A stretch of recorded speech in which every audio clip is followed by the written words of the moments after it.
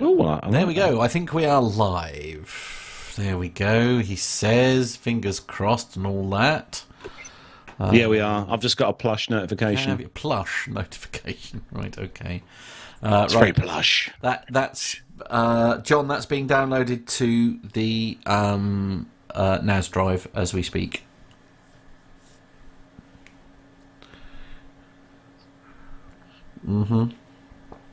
Okay. Right, I need to find the clock then, don't I? Oh, God. Well, no, because I don't want to be late. Otherwise, somebody will get cross with me. What was that for then? Oh God. Oh. The one of them, the. Okay. Right, I'll have to get the thing underway first and then do it. Yeah. Okay. Just because otherwise I'll miss me gate. Oh, I haven't changed. Oh no, I haven't done the clock. Which one? Oh shit. Pardon? Sorry. Did you say Sierra Hotel India Tango? That's the one. Yeah. Right for that, weren't we? Yeah. Okay, it's done now. So we'll start now. Just a couple of seconds late. Dun dun dun dun dun dun dun dun dun. Sorry, dun, Nev. dun. Lee Davies. It's his birthday. Oh, it's his birthday Tuesday, and the party's already started. Well, of course. Get the party started on a Friday night. Okay, lovely. 10, 9, Patron's all done. 7, 6, Here we go then. Good luck, everyone. 3.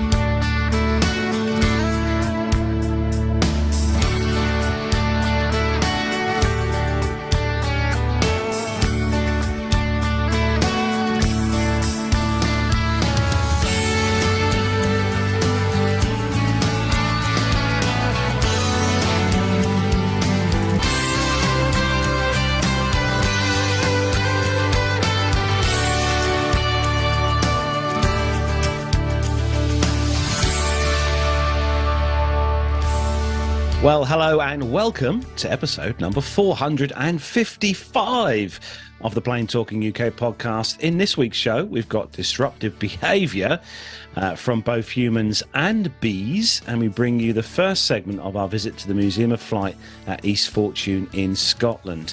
This week, we'll also bring you an outstanding interview from listener James Graves Brown talking to one of his connections about radio-controlled aircraft flying.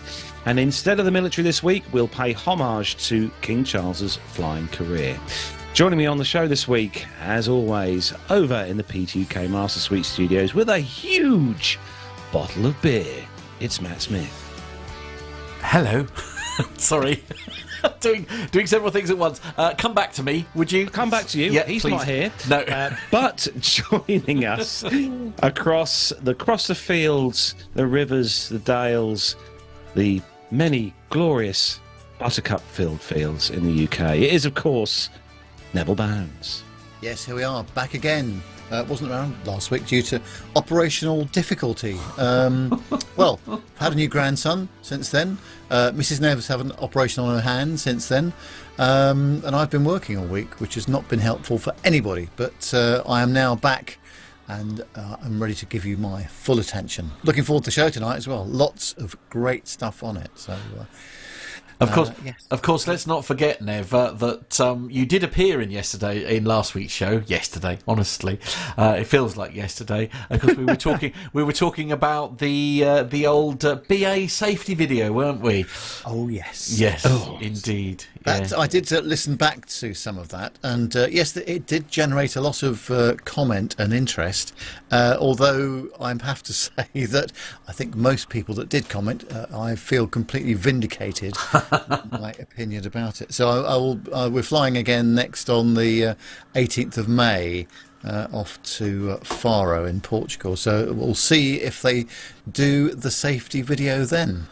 Indeed. Well, I had some good feedback, Nev, because Stuart Aslett called me early this week, and he listened back to the show with your comments on the video, and he thought it was marvellous, Nev, your comments, and absolutely correct. Because obviously Stuart, as some of the listeners might know, Stuart is ex-cabin crew from many years, sort of the late 90s. Stuart was cabin crew. But yeah, he agreed with you, Nev. He thoroughly enjoyed the discussion as well we had on the show. Well, I sort of thought he might, because he's a very sensible fellow, isn't he? But yeah, anyway, let's see how it's received as it's now being rolled out onto the BA fleet.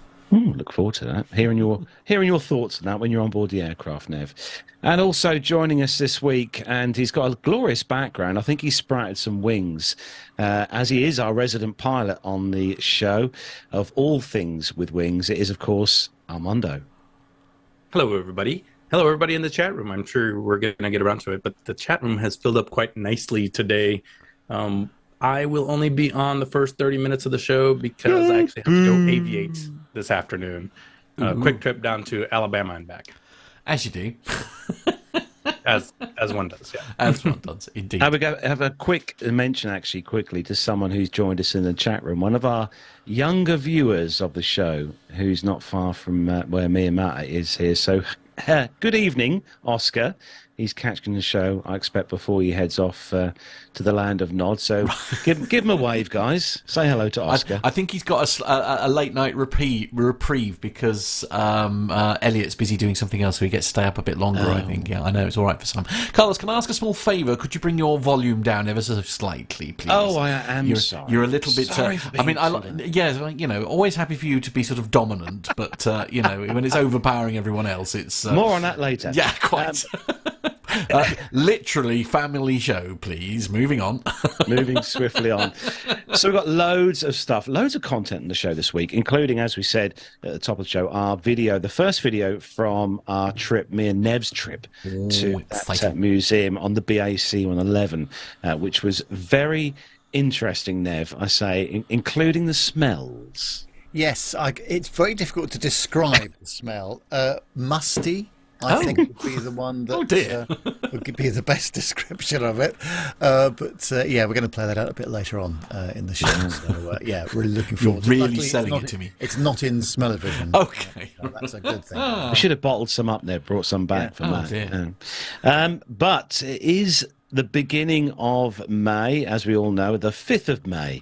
And it's an important time of the month because it is a time where we say a big thanks to some very special people indeed, don't we, Nev? Yeah, absolutely. And of course, it's your assistance that keeps the show on the road. It helps us with media serving costs, website costs, and everything. So the Patreon and PayPal donators are very important. And for this month, they are Bill Aronik, Sam Dawson, Alex Robinson, Dirk S., Sasha Beer, Stephen Ivey, Nick Codling, Louis Cachares, Alan White, Stephen Howland, Tanya Wyman, Nick Hewitt, Masha, Ruben Wells, Neil Lamworn, Graham Haley, Jonathan Warner, Eric Graves, Jordan Rose, Andrew Wilson, Captain Jeff, Adam Spink, Liz Piper, Jeff Ward, Jenny Parkinson, Stuart Backer, Ray Williams and Stephanie Plummer. And for those that contributed by PayPal, Mazuz Kareem, thank you Mazuz, and Craig Urasoko. Very much appreciated by all of us here, and thank you very much once again for contributing. Yes, because it does help to do, well, helps us to do things like we did at the museum, doesn't it, Nev? It helped immensely with our trip to the museum because it's not just outside Edinburgh, is it, Nev? It's more a little bit of drive. Yes, we're very grateful to Paul, who gave us a lift back from the airfield to Leith because we couldn't get a taxi in time. So that worked out very well. So although we got a cab there, okay, but coming back was a bit more tricky. So thanks very much indeed to Paul, and also for his assistance in showing us around the museum and organising everything, along with Ian, who's the curator. We'll be doing a much longer interview with Ian as the weeks go by. Oh, more or less. I mean, when I get around to editing it, that's what I really meant. So yes. But yeah, great trip, and you'll see some of it shortly. I'm looking forward to that interview, Nev, to listen to that again, because that was very good. Yep. Yeah. So let's say thanks to everyone who's joined us in the YouTube chat room this evening. Let's have a look at the top of the list. Who was in there first? Oh, Nev, you were in there first. Well done. Mazoos, hello to Mazoos, one of our local listeners as well. Richard Adams is in there. He's got a beer on the go. Well done, Richard. Servi. Got a little dry lager, sort of. What is this? Ass high lager. It's quite nice. Bless you. It's hello to Oscar as well. That's it, Asahi. Thank you, John. And hello to Haley, who's in there, aka Oscar. He's in the chat room watching the show. And Aaron, he's also joined us this evening. Nick Codling's in there, one of our very loyal helpers of the show is in there. Yes. John, hello to John Falk. Good to see you in there as well. Scrolling down the list. Hobby Time. Hello, Hobby Time. Lee Davies, it's his birthday on Tuesday, so make sure we all wish Lee a happy birthday for Tuesday. The party's already started, apparently.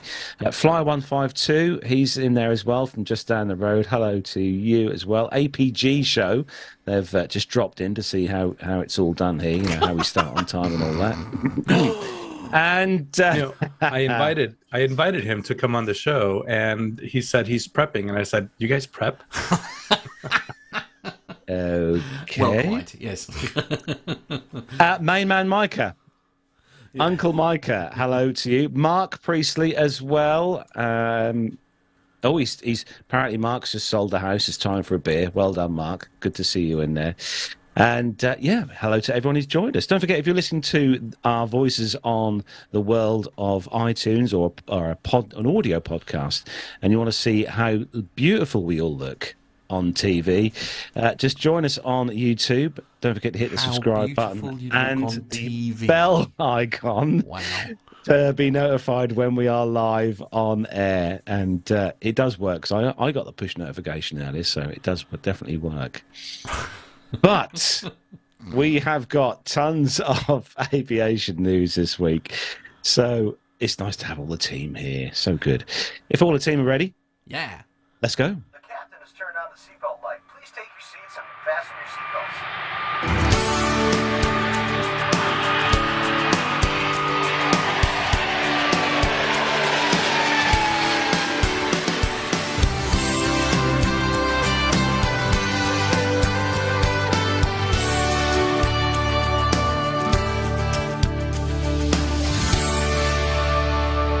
So, kicking off this week's first news story comes to us from Sky News, news.stv.tv and heraldscotland.com. And the headline, Jet2 bans Glasgow passenger for life after flight diverts due to disruptive behaviour. It's about time we saw a headline like this. In a recent incident involving unruly behaviour, a Glasgow man has been banned for life from flying with Jet2. The airline was forced to divert its flight from Glasgow on to Turkey after the passengers' disruptive actions jeopardised the safety and comfort of others on board. The flight made an unscheduled stop in Bulgaria to remove the individual before continuing on to its final destination.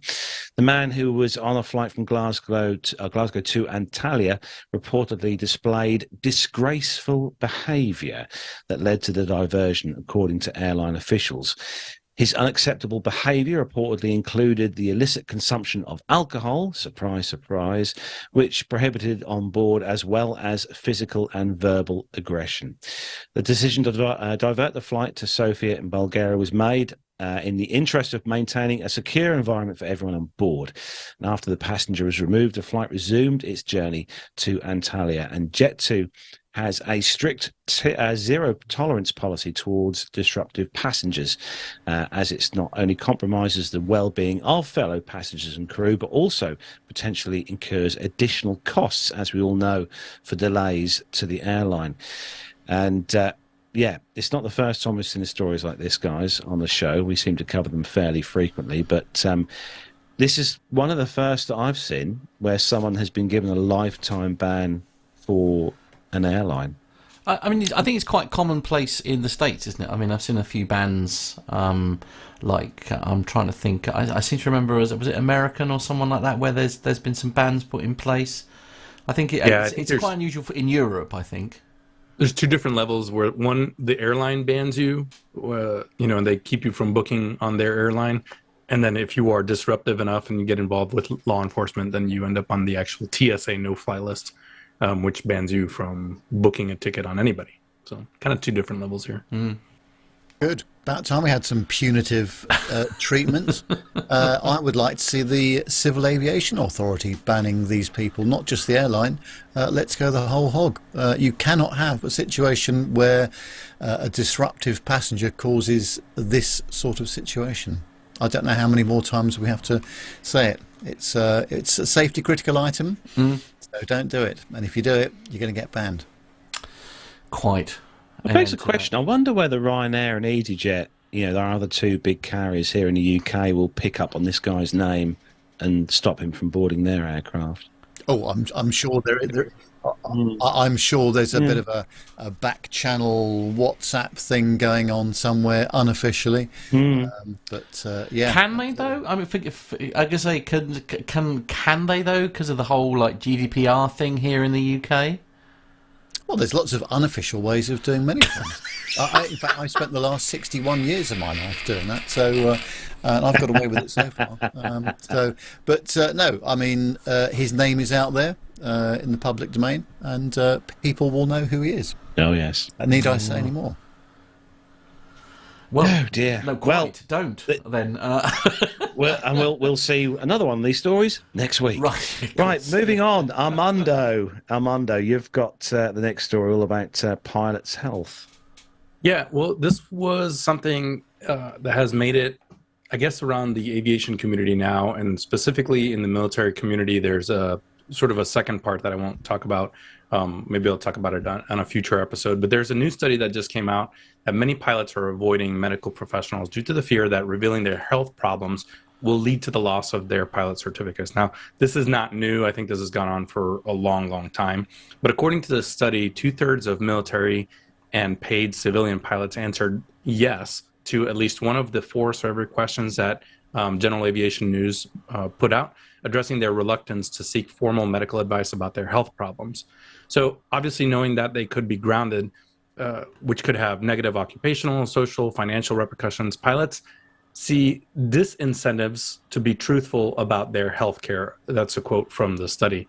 If there's a chance that their employers or the FAA that could find out, that's according to Dr. William Hoffman, who is a U.S. Air Force employee at the Brooke Army Medical Center in Fort Sam Houston, Texas.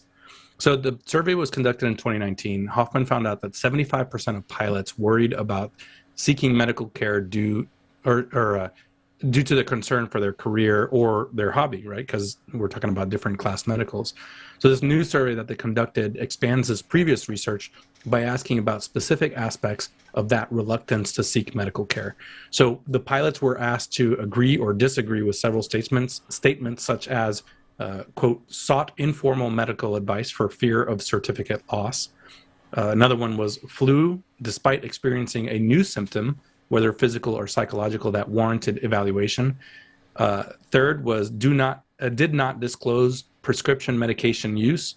Fourth was misrepresented or withheld information on a written healthcare questionnaire for fear of certificate loss. And the fifth one was the web-based survey was completed by 2,383 non-professional civilian pilots, 1,097 paid civilian pilots, and 261 military pilots. So just over half of the unpaid civilian pilots denied ever hiding any of the 4 types of information, according to the survey. That was true for about 33% of the paid civilian pilots and 32% of military pilots.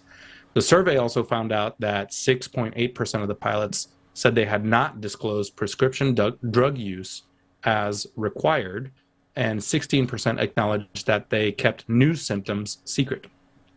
It also found that 45%, which is, I think, low, sought informal advice in place of seeing a professional, while 26% that they had withheld or misrepresented information on written forms, aka your FAA Med Express, which we have to do every time you renew your medical.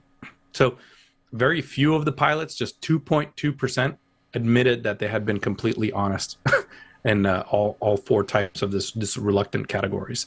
The study also found out that women were more likely than men to avoid disclosure, at least in one way. That's 62% versus 55% of men. Younger pilots, those between 25 and 40, were also more likely to avoid disclosure than older pilots. That's over the age of 60. And union membership was associated with high rates of avoidance, up to 70% versus non-union pilots at 50%. Now, active duty military was also associated with high rates of avoidance at 75%.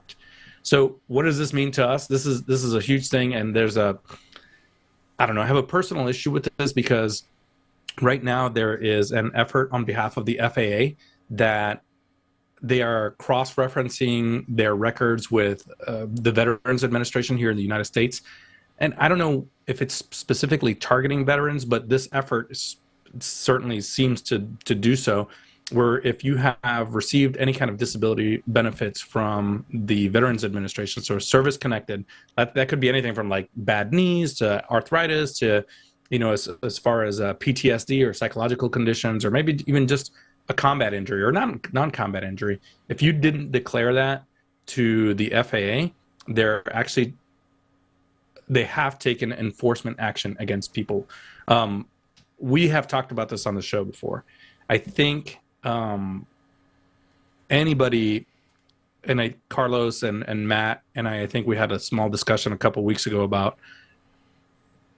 as professional drivers, as professional pilots, as professional anything where you are responsible for the lives of people, it's our responsibility to disclose those things. But man, I was listening.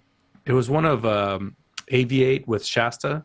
It was one of her first episodes where she had a guest on, and it was so poignant because this guest said, professional aviation is the only job that she could think of where somebody's trying to take your job away from you constantly. Like every 6 months. Yeah, absolutely. Yeah, constantly. Right? That could be in danger. Yeah.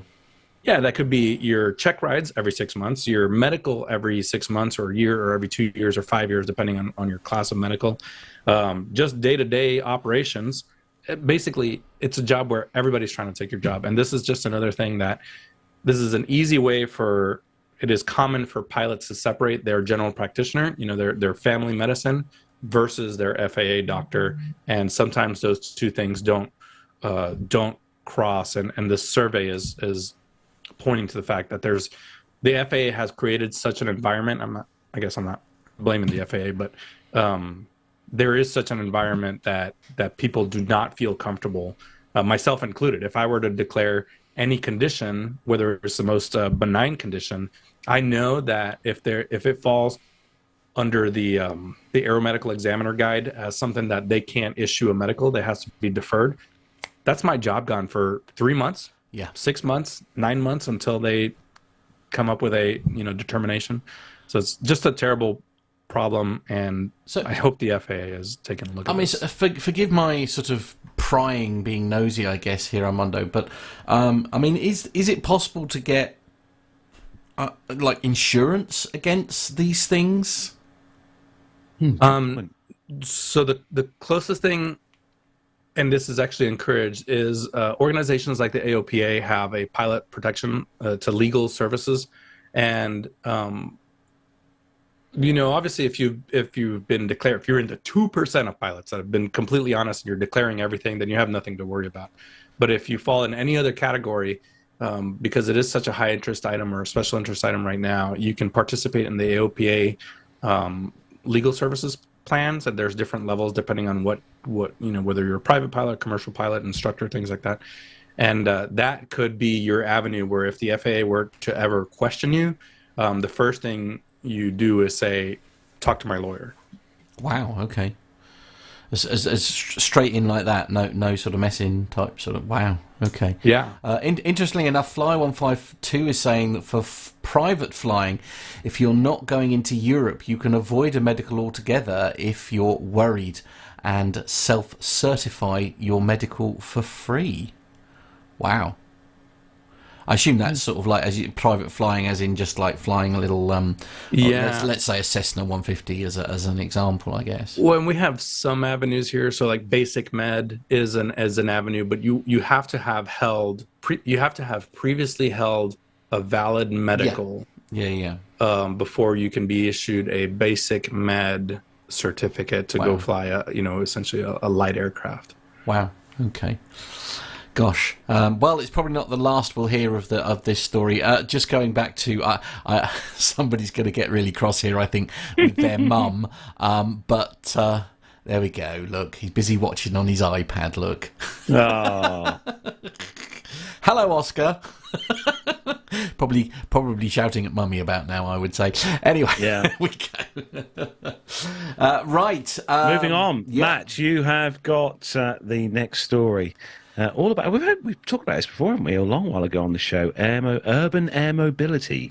Ooh, sounds exciting indeed. Yes. So this one's coming from the FAA.gov, and as Carlos says, the headline is FAA updates concept of operations for urban air mobility. So the Federal Aviation Administration, the FAA, has released an updated version of the concept of Operation ConOps, version 2 for urban air mobility UAM.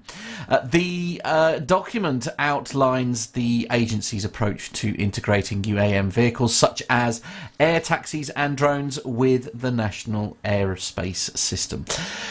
The document identifies the key stakeholders involved, outlines the operational and safety requirements, and discusses the infrastructure and integration challenges. The FAA's approach to UAM operations is aimed at ensuring safety, security and efficiency in the national airspace system while promoting innovation and economic benefits to society. The 80-page document is highly detailed, but there are just 3 key points brought up by the document. UAM operations procedures. The UAM operations procedures describe the steps involved in different types of UAM operations, such as air taxi, package delivery, and infrastructure inspection. For air taxi operations, the procedures include safety checks before takeoff, passenger screening, and communication with air traffic control during the flight. For package delivery, the procedures include identifying delivery locations, loading and unloading packages, and tracking their location. For infrastructure inspection, the procedures include safety checks, collecting data, and analysing the condition of infrastructure. UAM integration into the National Airspace System, the NAS. One challenge is managing the increasing complexity of airspace use as more UAM vehicles are introduced. To address this, the document proposes creating designated routes for UAM vehicles and using UAM traffic management systems. The document also proposes introducing automated flight rules, AFR, alongside VFR and IFR. Other challenges include creating new regulations and standards for UAM operations, developing new technologies for airspace management, and integrating UAM operations with other modes of transportation. The UAM infrastructure describes the requirements for UAM infrastructure, such as vertiports and ground support equipment. Vertiports need to be designed to accommodate different types of UAM vehicles with consideration for their size, weight and landing gear. Sustainable building materials and renewable energy sources should be used in their construction. Ground support equipment should be compatible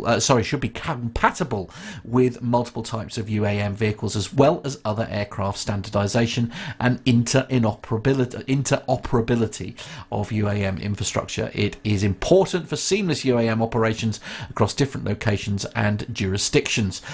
Challenges include creating new regulations and financing models, finding suitable locations, and coordinating with other infrastructure providers. Now, apologies, there's lots of very big words in there, to be honest with you, but I guess this is just dotting the I's and crossing the T's a bit. Is this, Armando, to be fair?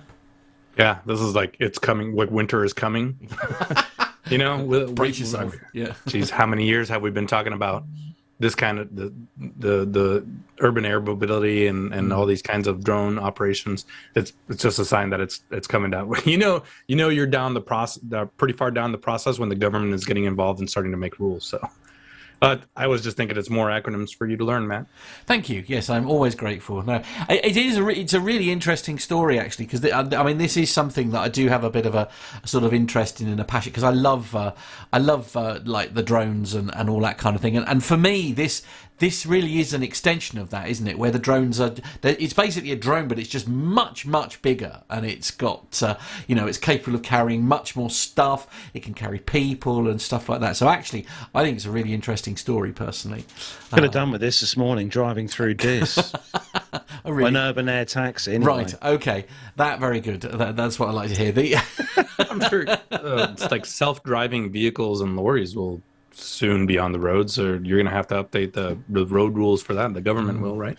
Don't tell anyone, but there are trials going on the M6 as we speak. With they're lorries, but there's like 5 or so. I was watching a video when I last did my CPC, which is the recurrent training that you have to do as a coach driver. And I watched this amazing video where essentially 5 lorries were like digitally tied together. They weren't physically connected to each other, but they were following in the fact that it's using GPS technology, and they're literally not even a meter apart from each other. They're following each other that closely, but because it's all computer controlled, of course, then it stops and it breaks and all. So that it's becoming very much commonplace. They burst 22 tyres when they go down the pot. Quite right, yeah, absolutely. Yes, well, I guess if there's a place right on the M6, right? Nobody lives in the northwest of England. No, quite, yeah. What do we think? What do we think about interview? Sorry, introducing AFR. That's the one. Yeah, go with that. Probably more questions on my FAA knowledge tests. Okay, right. I don't know. I mean.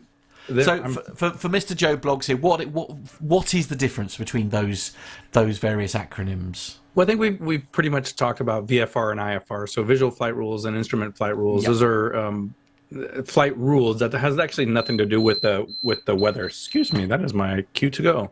Okay. It has nothing to do with the weather. It's just what rules you can fly under, right? So you could be flying IFR certified in an IFR airplane in complete clear blue skies, and VFR is the weather and the rules that you fly under. So AFR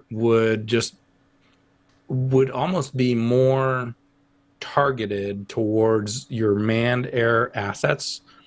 So those people flying IFR and VFR to understand where these kinds of vehicles will operate and how will they operate, so you can avoid them, because it's in the name, right? AFR, automated flight rules. They are going to be automated, and it's probably going to be incumbent upon the manned asset to avoid these kinds of things. Okay. That's first heard for me, though, the AFR. So yeah, okay. Good job, John. John summarized that story for us, and it is a good story. I feel like we'll be talking about that a lot in the future. So next story. Moving on. No, he's out. Armando's out. He's got to go. Yeah. You guys say goodbye. Say goodbye, Armando. Goodbye, Armando. Okay. I guess. See you later. Okay. Don't forget to send us your tracking notes so I can stalk you. Anyway, yes. Nev has got the next story. You know I will be. I know. It's not in doubt. Yeah. It's flight cancellations, Nev. Your favourite subject. Yes, this is a great story. I'm loving this, but I've got to be professional during this story, so I'll try and do so. It's on simpleflying.com. It says that Europe was the worst affected global region for cancellations by some distance. European flight cancellations shot up in March as airlines faced a sharp rise in striking action from aviation workers. Over 14,000 flights were cancelled during the month, with almost every global region suffering a rise in cancellations. According to Cirium data, Europe saw 14,405 flights scrapped in March, a 65% increase on February's total of 8,713. Europe was by far the largest regional jump in a month that saw global cancellations rise to over 72,900, a 20% increase on the 60,780 in February. As quoted by the Irish Times, Cirium CEO Jeremy Bowen, obviously the other Jeremy Bowen, attributed the region's struggle to a number of last-minute air traffic control and airport strikes, particularly the air traffic control strikes in France that have impacted over 50 days in 2023 alone, a tenfold rise on all of 2022. German aviation has also suffered its fair share of industrial action this year, including huge transport network strikes towards the end of March. Ryanair has said that the French ATC strikes alone have caused it to cancel over 3,700 flights, impacting around 660,000 passengers, whilst EasyJet's CEO Johan Lundgren believes up to 10 million passengers overall may have been affected by the strikes so far. The domestic situation has become a wider headache for European airspace, as a significant number of flights need to pass over French territory on their optimal routings. Data from Eurocontrol reveals 15% of flights to and from Spain were impacted between March the 1st and April the 9th, whilst Germany, Italy and the UK experienced disruption to 6 to 8% of its flights due to the French airspace situation. Now, just a bit of background here. Ryanair, amongst others, have started a petition calling on Ursula von der Leyen to take action to protect EU and British citizens over flights during French ATC strikes. The petition currently has over 750,000 signatures. So far in 2023, French ATC strikes have forced Ryanair to cancel over 4,000 flights, mainly overflying France. They say it's unacceptable that France uses minimum service legislation to protect French flights during these repeated ATC strikes, whilst overflights, none of which are operating to and from France, suffer all of these cancellations. This is unfair, and the EU must act now to protect overflights and the EU single market. Ryanair has repeatedly called on the EU Commission and Ursula von der Leyen to take action to protect EU passengers and overflights during repeated French ATC strikes. Ryanair calls on all passengers to sign our petition. Well, all I've got to say about that is, since I've been interested in aviation, which is a very, very, very long time, French ATC strikes have been a feature of the things that I read about, and I don't see anything going to change that, no matter what the EU do. So. No. It's all to do, well, it's at the end of the day, it's French employment law and what they do and what the unions are doing. So I don't really see how the EU can possibly compensate for any of that. So good luck with that, folks. The problem is when they have these strikes and the French air traffic controllers go on strike, it's the airlines who get it in the neck from customers, even though technically it's not the airline's fault if they're being held up by someone else. Yes, I mean, it's a bit like when you hear passengers complaining about weather, downward weather or weather at the destination. Well, it's fine outside, but of course, 1,500 miles away, there's a gale blowing, or it's it's unsuitable weather conditions, whatever it is. It's a fact of life, and we're going to have to put up with it, I'm afraid. And obviously, there are alternatives. The aircraft has to take on more fuel. The flight time's longer. Scheduling is more challenging, and all the rest of it. But I really don't. I mean, if they can solve it, great. I'm up for that. I think the likelihood of solving it is just short of nil, I would say. Yeah, I bet. I mean, to be fair, Nev, I mean, I remember where it's been nothing but sort of strikes and stuff, or other flights being impacted because the airspace is closed, and so people are having to come up with creative ways of getting to where they want to be, and flights being extended by sort of several hours because of avoiding French airspace and all that kind of thing.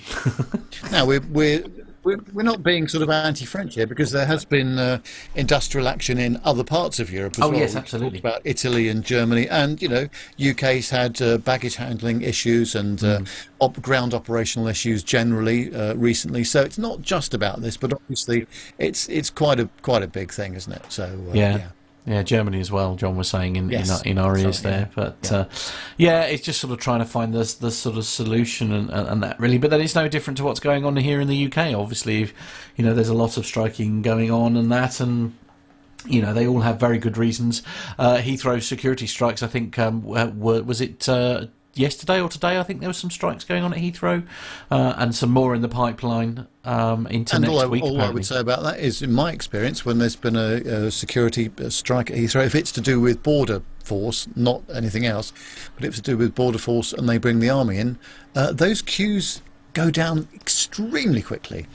Do you think it's because they're standing there with sort of like large like guns and things, and so a little bit scared? They're just incredibly efficient. Well, true. That's my experience of it anyway. I've been through there 4 times, I think, when the army have been there, and it's worked like a dream. So I'm sure that's not the case in every situation. No. I do get that, but I think people might just take note of that. That's all. Quite, indeed. So, we better buzz on with the next story. Oh, for goodness sake. It's the wine that's talking now. Is it? Right. Yes. It's coming to us from businessinsider.com and independent.co.uk. A flight has been delayed by bees on the wing. Oh. Yes. A Delta Airlines flight from Houston to Atlanta was delayed due to a swarm of bees on the aircraft's wing. Passenger Angetti shared the story on Twitter as the incident unfolded. Journalist Ms. Angetti tweeted a picture of the bees and said, "My flight leaving Houston is delayed because bees have congregated on the tip of one of the wings. They won't let us board until they remove the bees. But how on earth will this happen?" she said. "Won't they leave the wing when we take off?" Cool, a bit harsh, that would be, wouldn't it? In the thread... it might work. It might work. In the thread, she explains that other passengers thought the bees appeared after the aircraft arrived at the gate. She subsequently shared a picture of an airport crew member taking a photo of the bees on the plane's wing. After it transpired that a beekeeper wouldn't be coming and that there wasn't another Delta aircraft available, she shared pictures of crew members huddling together and appearing to plan what to do next. Passengers were then taken off the plane and the flight crew left as well. After several failed attempts to ditch the bees, ground equipment was used to push back the aircraft with no passengers on board, and the airline said in a statement. This helped to remove the bees from the plane's wing. So in Miss N. Jetty's words, she said, "Oh my God, y'all. Entire flight crew deplaned." I know. Delta decided to give our gate another flight. As soon as the aircraft engines turned on, the bees left. I'm not surprised with all that noise. All Delta had to do was turn on the aircraft, she said. Initially, the passengers were still unsure whether they'd be able to travel on the aircraft, but they were at last moved onto another gate for boarding. The aircraft did eventually take off, and it landed in Atlanta 2 hours after boarding.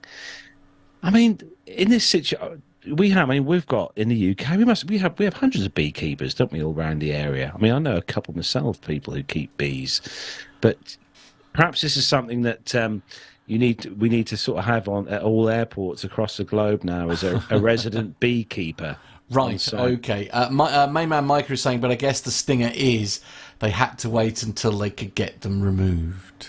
Am I right in thinking, I'm not a beekeeper, but isn't it something you do with, if there's a queen or something there, they all get attracted something to like that? Yeah, absolutely. Yeah. Also, APG Show is saying, to be or not to be, that is indeed the question. Micah has been abuzz with it for days. I like Nick's comment. Carlos's accent is unbelievable. Yes, we're all a bit shocked as well, to be fair, Nick. And Well, Richard he Adams comes is back from the US later in the month. He's going to come back with this mid-Atlantic twang. oh goodness, Yeah. can barely contain my excitement. Richard Adams is saying if it had been a BA flight, they'd have behaved properly, of course. This is the quality. Indeed. I mean, forgive my naivety here. I guess is it because the engines are sort of like not near the ends of the wings. I mean, could they have quite easily and safely sort of, like started? Because I'm sure they'd start to leave as you began to like roll down the runway. Mark Priestley saying, "Fly B no more." You would think that would be the best option, wouldn't you? Just to get everyone on and roll down the runway and watch them all. But I think that's I guess cruel. yeah, I like I guess. bees. Bees serve a purpose. I mean, what? We're just ignoring that. I mean, if they were wasps, Yeah. then fire burn hose them. them off, hose them off. I'm sure they provide some form of, I'm sure they provide something. Oh, Oscar's just saying, I don't believe it. Micah is saying it wouldn't be a problem for Nev because he'd only have to deal with one bee. There you Oh, go. for goodness sake. Right, let's move on. Yeah, I think that Okay, wins. Yeah, that does absolutely. win. That does win. Yeah, well done, Micah. Micah. Yeah, you've got a fake something or other on its way to you as we speak. Yes. So, Matt, we had a hello. story similar to this last week on the show about training schools and stuff. So, Okay. but this is quite sad news actually about a training school here in the UK. Indeed. Multiple sources on this one, including the BBC Pilot Web Daily Business Group, flyer.co.uk, and the headline is "Trainee Pilots Count Cost of Tayside Flight School Collapse." Dundee-based flight school Tayside Aviation Limited has ceased trading, with 22 of the company's 25 employees now being made redundant. About 60 trainee pilots paid fees in advance and now fear that they will not have their money returned. Some students are reported to have lost upwards of £50,000. Joint administrators Jeff Jacobs and Blair Nimmo, who purchased the school in December 2021, had been advised by the previous owner of a significant liability for prepaid flying courses, which adversely affected the school's ability to generate income for new sales. Despite an investment of £1.5 million in addition to the purchase price, ultimately cash flow pressures proved insurmountable and the company was placed into administration on the 20th of April this year. The Scottish school was founded in 1968 and provided more than half a century of flight training across both PPL and commercial syllabuses.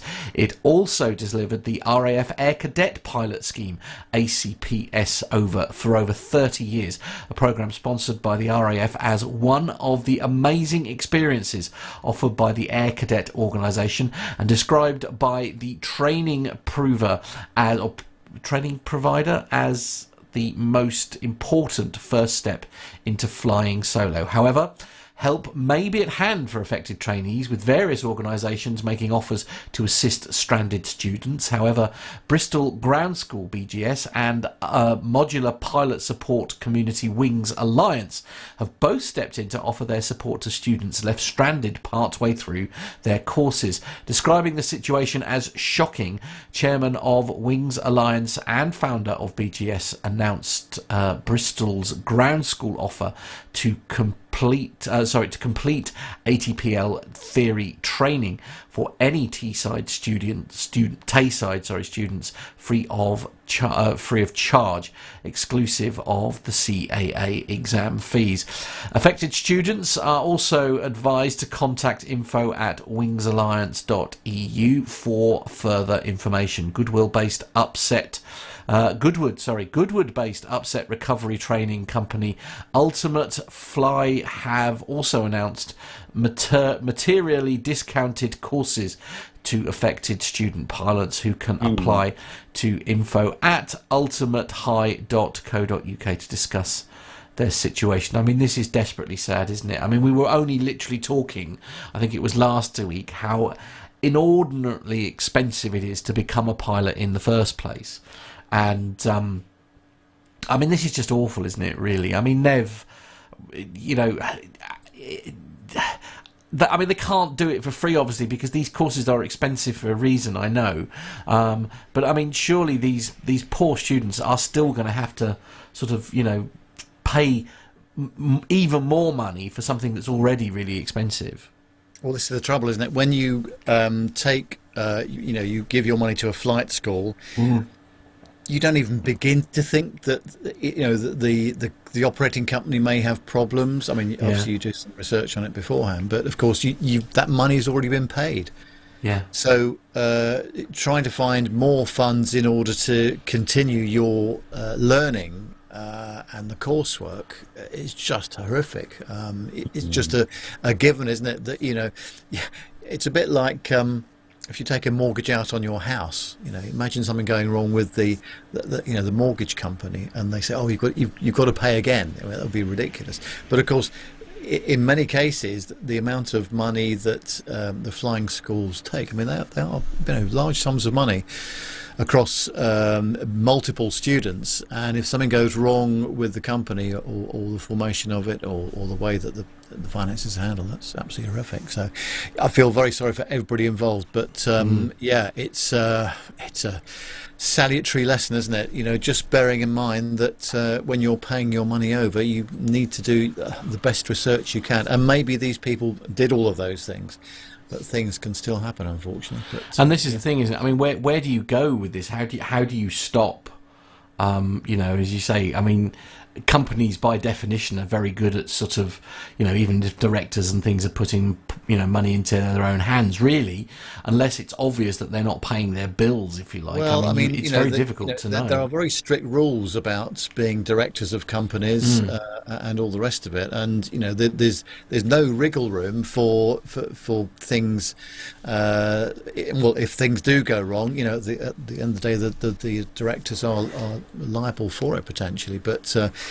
Let's see what happens with this, whether the administrators can rescue something from it, or at least try and find, you know, a solution for the people that are undergoing training. And that's the bit that I fear, to be honest with you, Nev, is just like, you know, that these people have paid all this money and they're not going to, you know, they're not going to get it back. That's the bit that sort of bothers me. Even a percentage is, you know, it's because, you know, I assume they're being wound up because they are insolvent, you know, so where is that money going to come from? Yes, exactly. I mean, obviously, you know, the administrators can. The whole point of it is to try and make it a going concern rather than folding it completely. But they just need to find a way of doing it. But yeah, it's a big problem, isn't it? That's for sure. Indeed. Well, fingers crossed. Fingers crossed for everyone. We're looking at the Arabian travel market, Nev. Not something that I know very much about, so I'm glad I'm being able to read it out here from multiple sources, actually, including Aero News Global, Breaking Travel News, simpleflyer.flying.com and travelradar.aero. Dubai's annual Arabian travel market has introduced some wonderful new products over the years, and this year is no exception. Saudia, Etihad and Fly Dubai have all unveiled new seats that will be coming to aircraft in their respective fleets within the coming year. And I must say, just reading through this is pretty spectacular. Starting with Saudia, the airline has opted to fit the Vantage Solo Suite from the Thomson Aero seating to its new Airbus A321 XLR aircraft. The Vantage Solo Suite is a private space for a narrow body fitted with a privacy shield around the back and a door at the aisle. The seats can be reclined fully into a flatbed with other features including an 18-inch IFE display and generous storage space. In addition to the launch of the Vantage Solo Suite, Saudia has announced its new economy class seat, the Z400. This seat will feature a 13-inch screen and a generous seat recline. Moving on to Fly Dubai, they have unveiled their latest business class product at the ATM. The business suite will be introduced on a number of the carrier's newest aircraft in the last quarter of this year and will be deployed on selected flights. The business suite, designed exclusively for single-aisle aircraft, is the latest evolution in Fly Dubai's business class offering, which will see 10 suites introduced to a number of the carrier's newest 737 aircraft. There will be an increased height at the back of the back shell, and a sliding suite door will be fitted to offer some privacy to the flyers. If the flyer is looking for some entertainment, each of these suites is fitted with a 17-inch 4K built-in touchscreen that passengers can use with their personal headphones to connect via Bluetooth. And finally, moving on to Etihad, the airline revealed the new interior for its Boeing 787 Dreamliners that will join the fleet in the third quarter of this year, adding to the 39 Dreamliners Etihad already operates. The business cabin features Etihad's unique, stylish interior with a customised version of the Element seat manufactured by Collins. Etihad is the first airline in the world to introduce the Element seat on the Boeing 787. New seats will provide guests a comfortable and spacious environment with added privacy provided by a suite door. The height of the suite has been further increased from the A350's debut model, offering even greater privacy for guests. Each of the 32 business seats has direct aisle access, with the cabin designed in a 1-to-1 configuration, offering comfort, convenience and privacy whether travelling individually or with companions. The seats recline to a fully lie-flat bed 78-inch in length and feature a 17.3-inch 4K TV screen, Bluetooth headphone pairing, multiple charging points and wireless charging, as well as plenty of storage. In economy, the newest 787 will feature 271 seats, which are lighter in weight than the current fleet and therefore more fuel efficient. The seats boast exceptional comfort and an increased feeling of space created by the smart design and adjustments, including a slimmer profile armrest.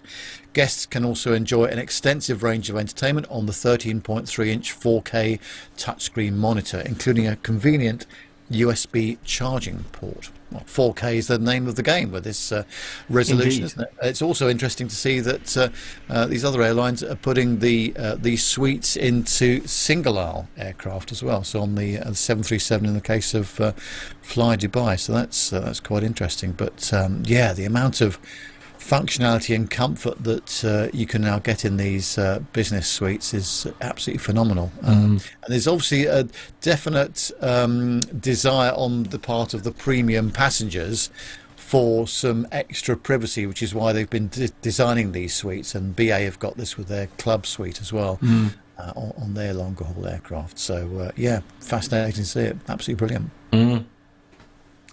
Cabin interiors have definitely come along on a long way, haven't they? Never, even over the last sort of 2 or 3 years.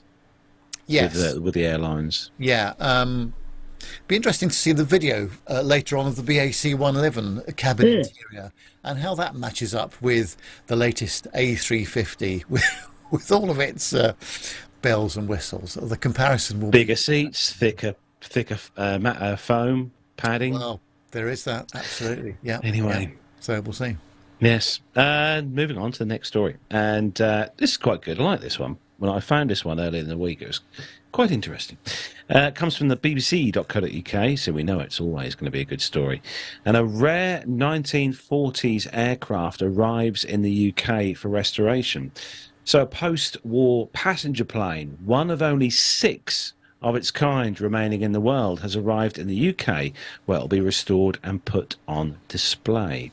The 1946 Vickers Viking was brought to Blackbush Airport in Hampshire from Austria following a £30,000 fundraising campaign to buy and transport it.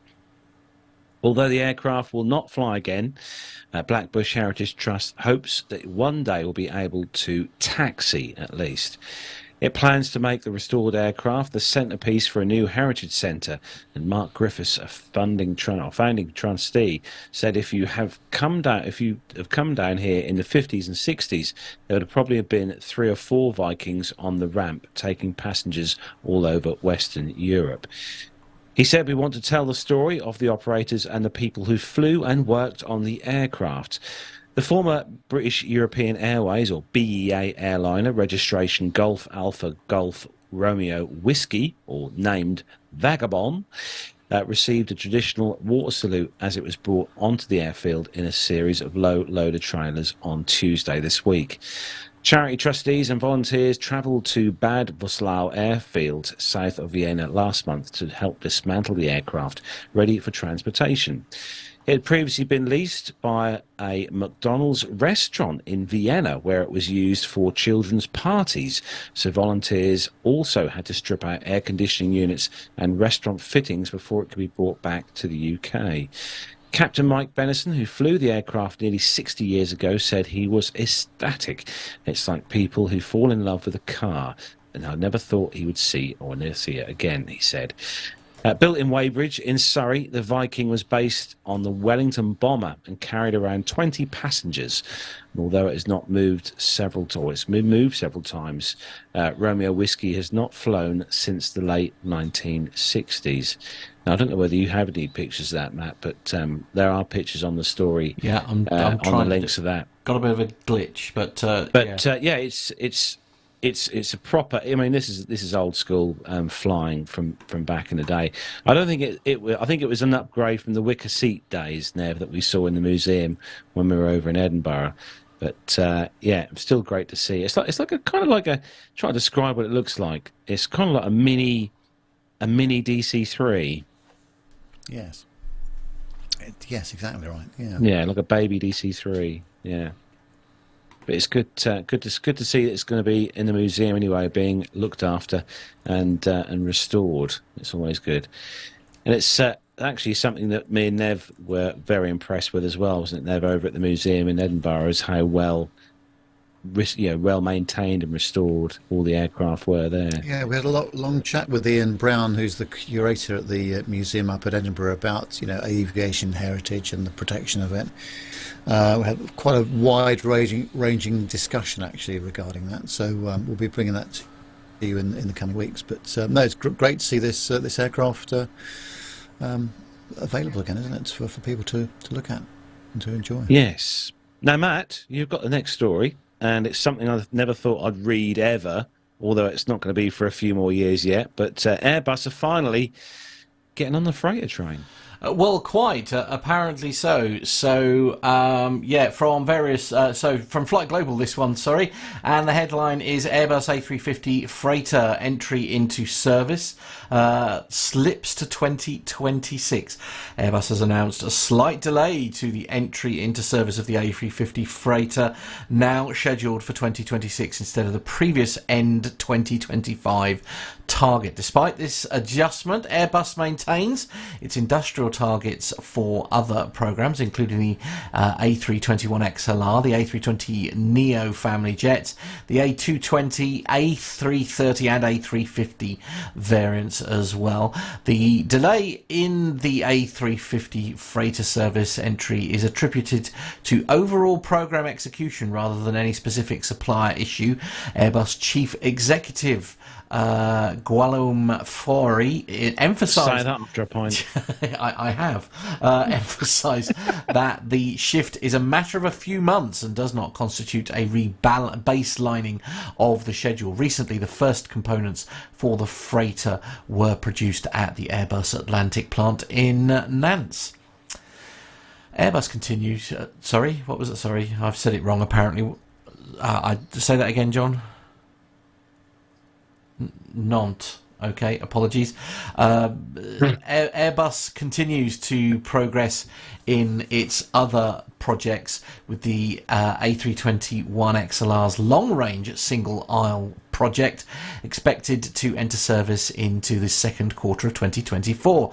The company is ramping up A320neo family jet production, targeting a monthly rate of 65 aircraft by the end of 2023 and 75 aircraft per month in 2026, supported by a second A320neo final assembly line at its Chinese plant in Tianjin.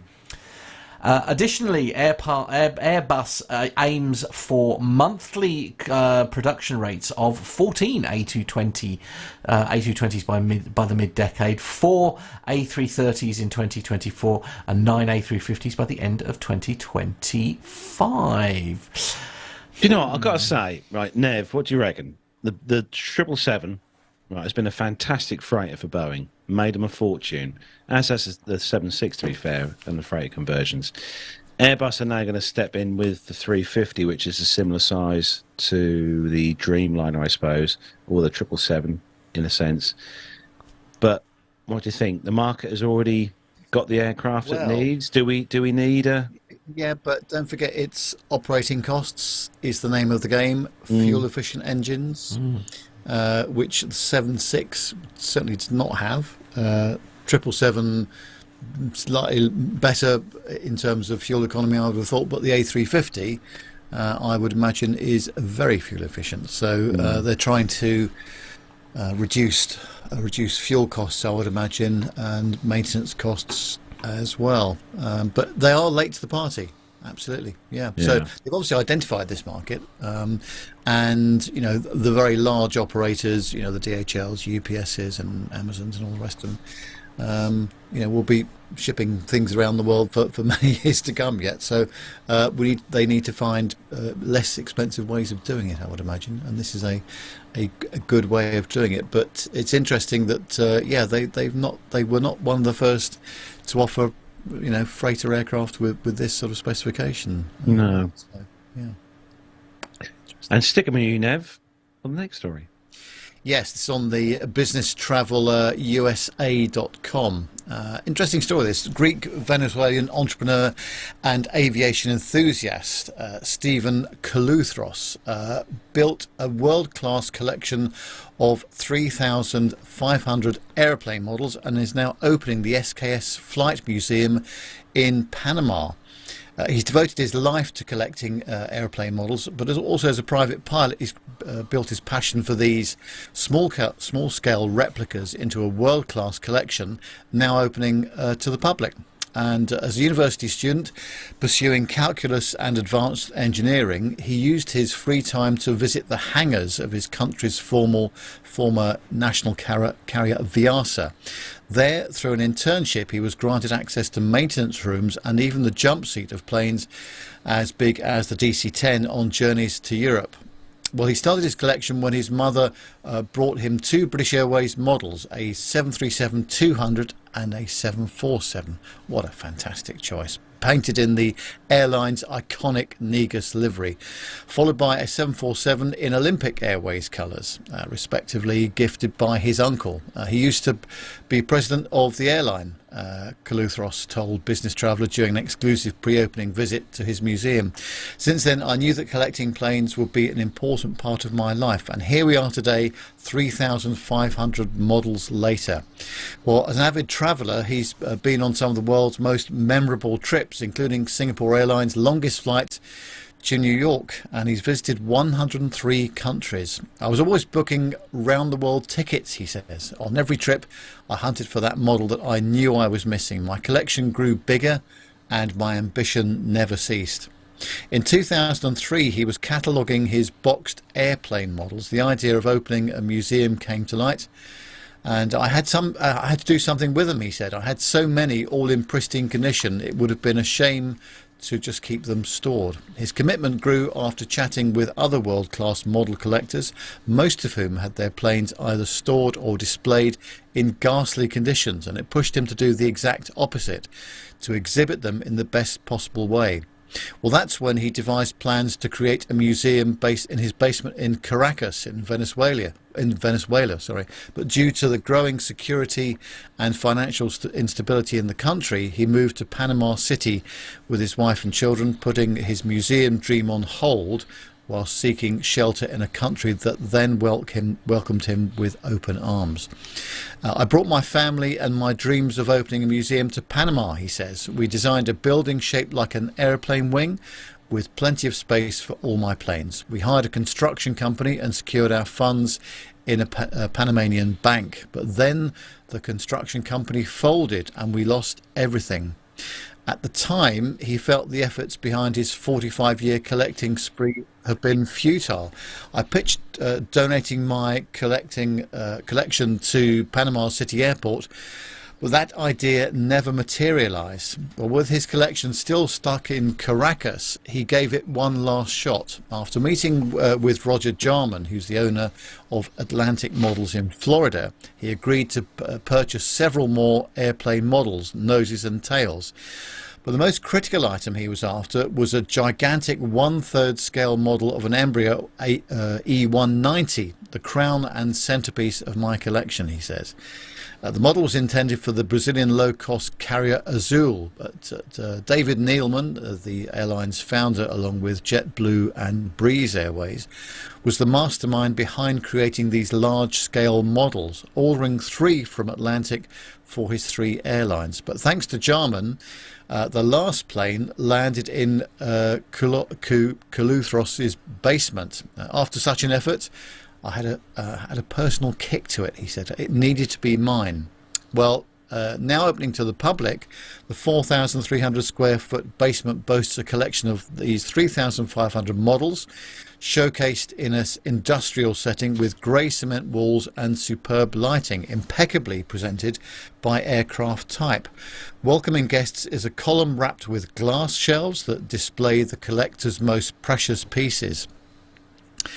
Even though this project was arduous and expensive, he says, he will not seek to monetize it. All I care about is to have my legacy displayed for generations to come. I want my son to understand my passion and values and carry on this beautiful project that we as a family embarked on a long time ago. The SKS Museum will be open for guided visits in the autumn of this year, and the founder is organising a debut event with the presence of aviation personalities from across the industry. Well, I'm just waiting for my invitation, obviously. Got lost in the post. It's a fascinating... What a fantastic story. What commitment. They're great models as well, aren't they? Yeah. Yeah, they really are. Extremely detailed. It's always very sad when you get something like that, isn't it? You sort of got this big dream, and then it's a bit like the pilot situation we were talking about earlier, isn't it? And then something goes wrong, and the constructor sort of collapses, and then suddenly your dream is, out the window again, isn't it? Notwithstanding all of those setbacks he had, he was able to finally, realise his dream. But absolutely phenomenal project. Absolutely, and such a nice legacy as well to be able to hand down to your, the remainder of your family as well. So, indeed. But that's what I hope to do with all these pieces of aircraft behind me. Build one, yeah. Well, no, just hand them down to. Right. Okay. I've got various members of the family. I've got really, I've got a really nasty feeling that that they're going to be throwing them away the second you're not there anymore. That's exactly what Gemma says. Oh, absolutely, 100%. Gemma will do that. So, if anybody has any pictures of their own models at home, send in the pictures this week, and we'll show them on next week's show as a kind of a virtual museum for all of our wonderful viewers and listeners. Obviously, that'll only work on the video version, of course, but you can send them in via the WhatsApp number. It's +44 757 2249 That's +44 224. Let me pop it up on screen. That'll be a little better. There it is. +44 757 2249 +44 757 2249 and send in your pictures, and we'll do a little virtual museum when we come back next time round, which I won't be here for. Speaking of pictures, we've got a lovely Armando, as you know, has had to abandon us to go and do something called, he says it's work. It's not work. It's not really work, is it? So this is literally hot. This is literally hot off the presses. Here we go. There is Armando. Flight checks, and because he's literally like a stone's throw away from the airport he flies from now. So there you go. Literally pre-flight checks all done. APU fired up. Literally ready to rock. So there you go. Look. Oh, he has no idea how cool he is, does he? Oh, dear. Never mind. Anyway, Nev, we have something very, very special coming up next, which I can't wait to share with everyone. Yes, well, we were very lucky. Was it last week, Carlos? We were there, or was it? Last week, yeah. Last I can tell you Wednesday. exactly Yeah. what it is, because it was on Wednesday, the 26th of April. So Carlos and I went up to the Museum of Flight at East Fortune, which is just to the south and east of Edinburgh. And Paul Mack, who is the visitor experience manager there, very kindly assisted us with our filming, and all of the staff there were absolutely superb. They could not have done enough for us. We did a great interview with Ian Brown, who's the curator there at the museum. Absolutely fascinating conversation with Ian. Both Carlos and I had the chance to speak to him, so we'll be running those a bit later on in this month and next month, because we've got quite a lot of content. So we're going to try and do at least one clip of something from the museum in the coming weeks and months. But yeah, what a fascinating day out. Now, we've got to bear in mind that although there is a very large hangar there with one of the Concords, Alpha in there, there is a very large outdoor space featuring some absolute classic aircraft. And one of those aircraft is the BAC 111. Now, the last time I saw it, which was 2015 there, it was looking in reasonable shape on the outside, but unfortunately the weather has taken its toll a little bit. But you know, there's nothing they can do about it. These are outdoor exhibits. But let's go over to East Fortune now and see what Carlos has been up to on the BAC 111. So it's not very often that me and Nev have our work patterns line up, but it just so happens that this week me and Nev have managed to end up in the same place at the same time with our respective jobs. And you join us here at the National Museum of Flight, up just outside Edinburgh. And me and Nev have come here for the day to have a look round and see what's going on. You're standing right here next to a glorious BAC 111, and Nev's very proud of this one because it's obviously with the BA logo. And as we know, BA is Nev through and through. He flew up this morning actually on a BA flight on an A320 from Heathrow. So Nev's literally only just been on the ground for a few hours now, but he's behind the camera. But we're going to have a look on board. We're going to see what's going on board the BAC 111. But it's a lovely day, blue sky, a bit of cloud. It's a bit chilly, as you can probably tell. Me and Nev are both wearing a coat, but an easterly wind apparently here today. But it's glorious so far. We've been really well looked after by the team here at the museum, and we've got loads to see, loads to do today. We're going to be checking out the Concorde later on. We're going to be chatting with museum curator Ian later, right underneath the nose of the Concorde. Also, just across from where I'm standing here now, we've got the Comet, and also there's a Vulcan, Avro Vulcan over there as well, so we're going to be having a look at that as well close up. So I think it's we're going to go on board the BAC 111, I think, Nev. Let's go. On board the BAC 111. Wow, this brings back some memories for me as a child flying on these from Gatwick with British Island Airways, BIA, and being back on board the BAC 111. It's an experience, and the smell, the minute we walked on, me and Nev, that distinctive aircraft smell that you get when you walk on board. And this is actually open both ends. We've actually got a rear air stairs here, which is something quite good that you sort of brings back memories from the that chap. Who was that chap, Nev, who done the escape from the the 727, wasn't it, back in the day with the money?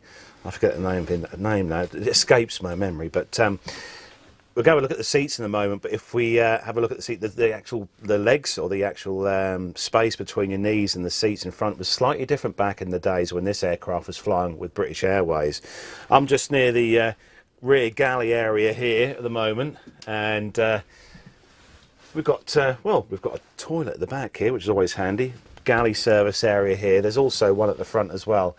But perhaps if we can walk back slightly, Nev, we're going to have a look at the actual seating arrangements here on board the aircraft. In a 2 aisle and 3 or 2-3 layout here on board, as all the BAC 111s were. And I have to say, the space between the seats here, you'll get to see on camera, I expect, is quite a bit more than you get on a normal low-cost carrier, which we shan't mention on board the aircraft. But still loads of room, really good. The usual overhead bins that you find on board. but a really well-preserved aircraft as well on side. It's been quite well looked after.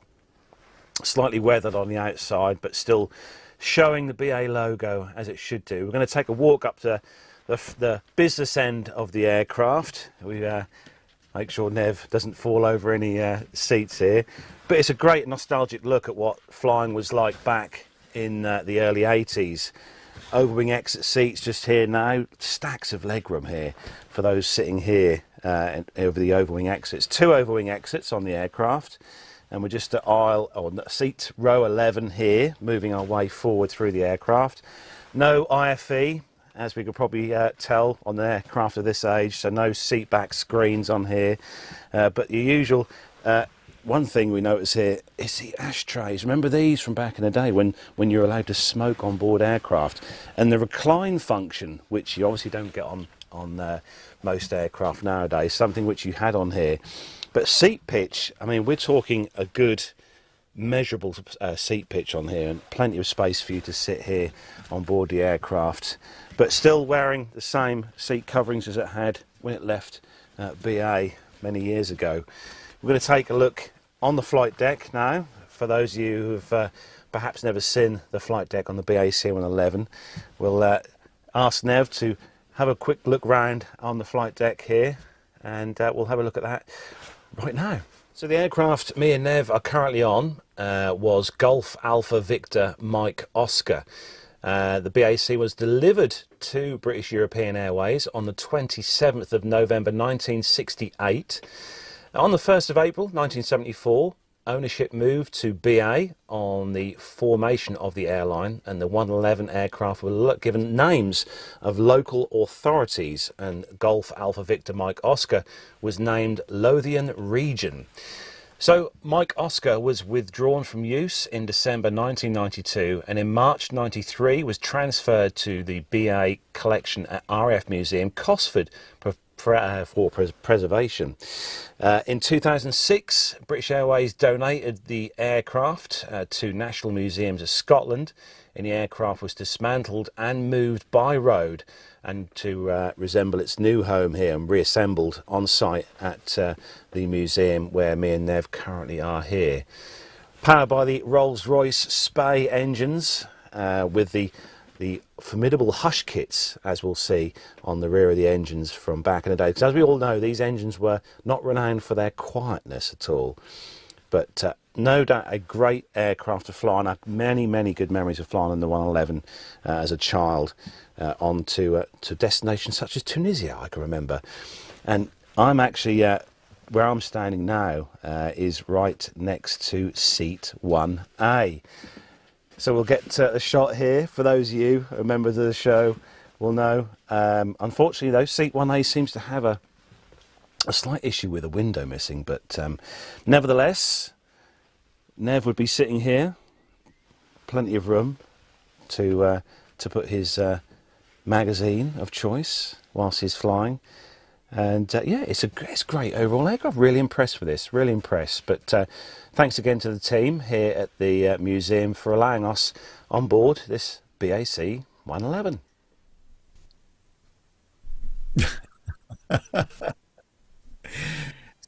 I'm very upset about the window being missing there, Nev. I've got to be honest, yes. You'd be disappointing, I think. I think the two takeaways from that were seat thickness, seat back thickness especially, and the smell. Extremely distinctive. Oh. It's not even possible to properly describe it, I don't think. Old commercial airliner musk. Yeah. Wow. Maybe they could bottle it and make it into some sort of 1970s aftershave. Oh dear. You're not selling it. You're not selling it. Anyway, sad news. We've got to say goodnight to our youngest listener, by the way. So a very Oscar. Good night to Oscar. Yes, it is time for bed now. It's 8:20. Way too late for it. Oh, boo. Yeah, I know, but mustn't be tired and grumpy tomorrow. Big day tomorrow here in the UK, of course, because we've got something called a coronation going on. I don't know if anybody's missed that. Yeah. What chicken sandwich? Yeah, that's it. Yeah, my favourite kind. Right. Okay, what's next then? Yeah, so next up on the show, we've got a very special segment indeed sent in by one of our listeners. And it's something I've never tried before. And I think if I did try RC flying, it would probably end up costing me an absolute fortune, something I'd probably need insurance for because I'd end up ploughing aircraft. And honestly, I have nothing but respect for people who fly RC aircraft. I really do. But James Graves Brown has sent us in a fantastic little piece here to play out the show. We've got two parts of this. This is part one. So we're going to have a little listen to what it's all about when you're flying remote controlled aircraft. Hello and greetings to everybody in PTUK land, hosts and community alike. This is James Graves Brown coming live in Rio Rancho, New Mexico. And I've got a special guest today here to talk to us about aviation and RC flying. Welcome, Scott DeRigny. Hey, James, how you doing? Did I say it right? Yep. Good. Okay. Yeah, then everything's good. All right, Scott. So I want to start with a little introductory section here. Let's find out a little bit about you. How did you get started in aviation? Well, I got started in aviation thanks to my dad. My dad worked at McDonnell Douglas and then Boeing after that merger in St. Louis, which is where I grew up, working on fighter jets. So in my house growing up, there was a bunch of posters of different fighters and airplanes and models and everything. And on top of that, we would go flying in general aviation airplanes. My dad taught me how to fly. We'd also fly in a small helicopter. He got his helicopter rating for fun as well as his flight instructor. So that was my big influence for learning how to fly and being involved in aviation. That's too cool. And just for the community to know, this is our round two. I kind of screwed up our first interview this morning, so I know some stuff that you guys don't know, but we'll find out, and that's why I got a little smirk when he said about the small helicopter. Something I didn't ask you earlier, and I'm truly curious, what did your dad do on the jets that he worked on? His title was flight inspector. He's a mechanic, is what my dad does. So Okay. he's an airframe power plant Awesome. mechanic. But his role was quality assurance. So one of the mechanics would put a part together, say the ejection seat, and he would decide whether it was airworthy or not. Oh, awesome. That's too So cool. that was his role. Yeah. That's awesome. How long you been flying for? I got my private pilot one in 2006. So that's about 17 years now. Of course, I've got several hours of stick time prior to all that since I was a little kid. But it was called 17 years. Awesome. And how many of those professionally? Coming up on 12 now. I started 2011. Perfect. Okay, what's your current position? I'm a Boeing 737 first officer at one of the three major U.S. airlines. Okay, and just for the community's sake, well, most of you will know, but for my sake, Scott's in Dallas based, so we're going to call his airline Acme Silver. Okay. Okay, can you tell me about your career path from start to present? Sure. So my first flying job I got when I was 19 years old, and that was a banner tow pilot. I worked in Myrtle Beach, and that was just one summer between freshman and sophomore year at college. A lot of fun, kind of dangerous, but still a lot of fun. So cool. Though. Yeah. After that, I got my CFI, my Certified Flight Instructor certificate, and I instructed for my university at the University of Central Missouri, and did that for about 2 years or so until I graduated. And then I graduated and went to the regional airlines, and from there I became ATR 72 first officer, and I flew that airplane for not quite a year, about 254 hours worth. Then after that I switched to the Embraer 145, and I flew that for several years. I was first officer for about 6.5 years, and then I upgraded to captain. Oh, cool. And shortly after that, I became a check airman, or a check pilot, they call them nowadays. And I was So I was, I think I flew that airplane for about 3,200 hours or so. Cool. And until I got my job with the major airline, and now I'm a Boeing 737 first officer, and I've flown that airplane for about 1,550 hours or so now. Very, very cool. So that's how I got where I'm at. Awesome. Without being too obvious, what regional did you fly for? It's one of the wholly owned regionals, which there's only a couple of those to pick from. Okay. Yeah, That's what you get. associated with my major airline. So. Oh, okay, cool. Awesome. So it wasn't too far of a leap away from home. Exactly. Good, good. All right. Which version of the 737 have you flown and do you currently fly? Well, my airline's got two. They've got the 800 NG, and they also have the Max 8, and that's we only have 8-800s or Max 8s. Awesome. And which one's your Both favorite? the same. I'm sorry. Go ahead. They're both the same seating capacity, so Oh, it makes it easy to plan for the airline, I suppose. Yeah. My favorite one, Yeah. I'd say the Max, just because it's got that new airplane feel, smell, control feel, everything. It's a really nice ride. It's got the same screens as the 787.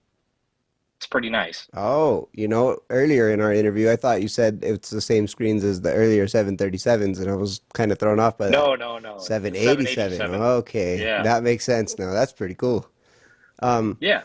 On that note, did when they recertified the aircraft, did you have any nervousness about its functionality, or were you pretty confident that they had corrected it properly? Yeah, I was pretty confident in the fix that they had for it. They, of course, had a differences school for us where we came in.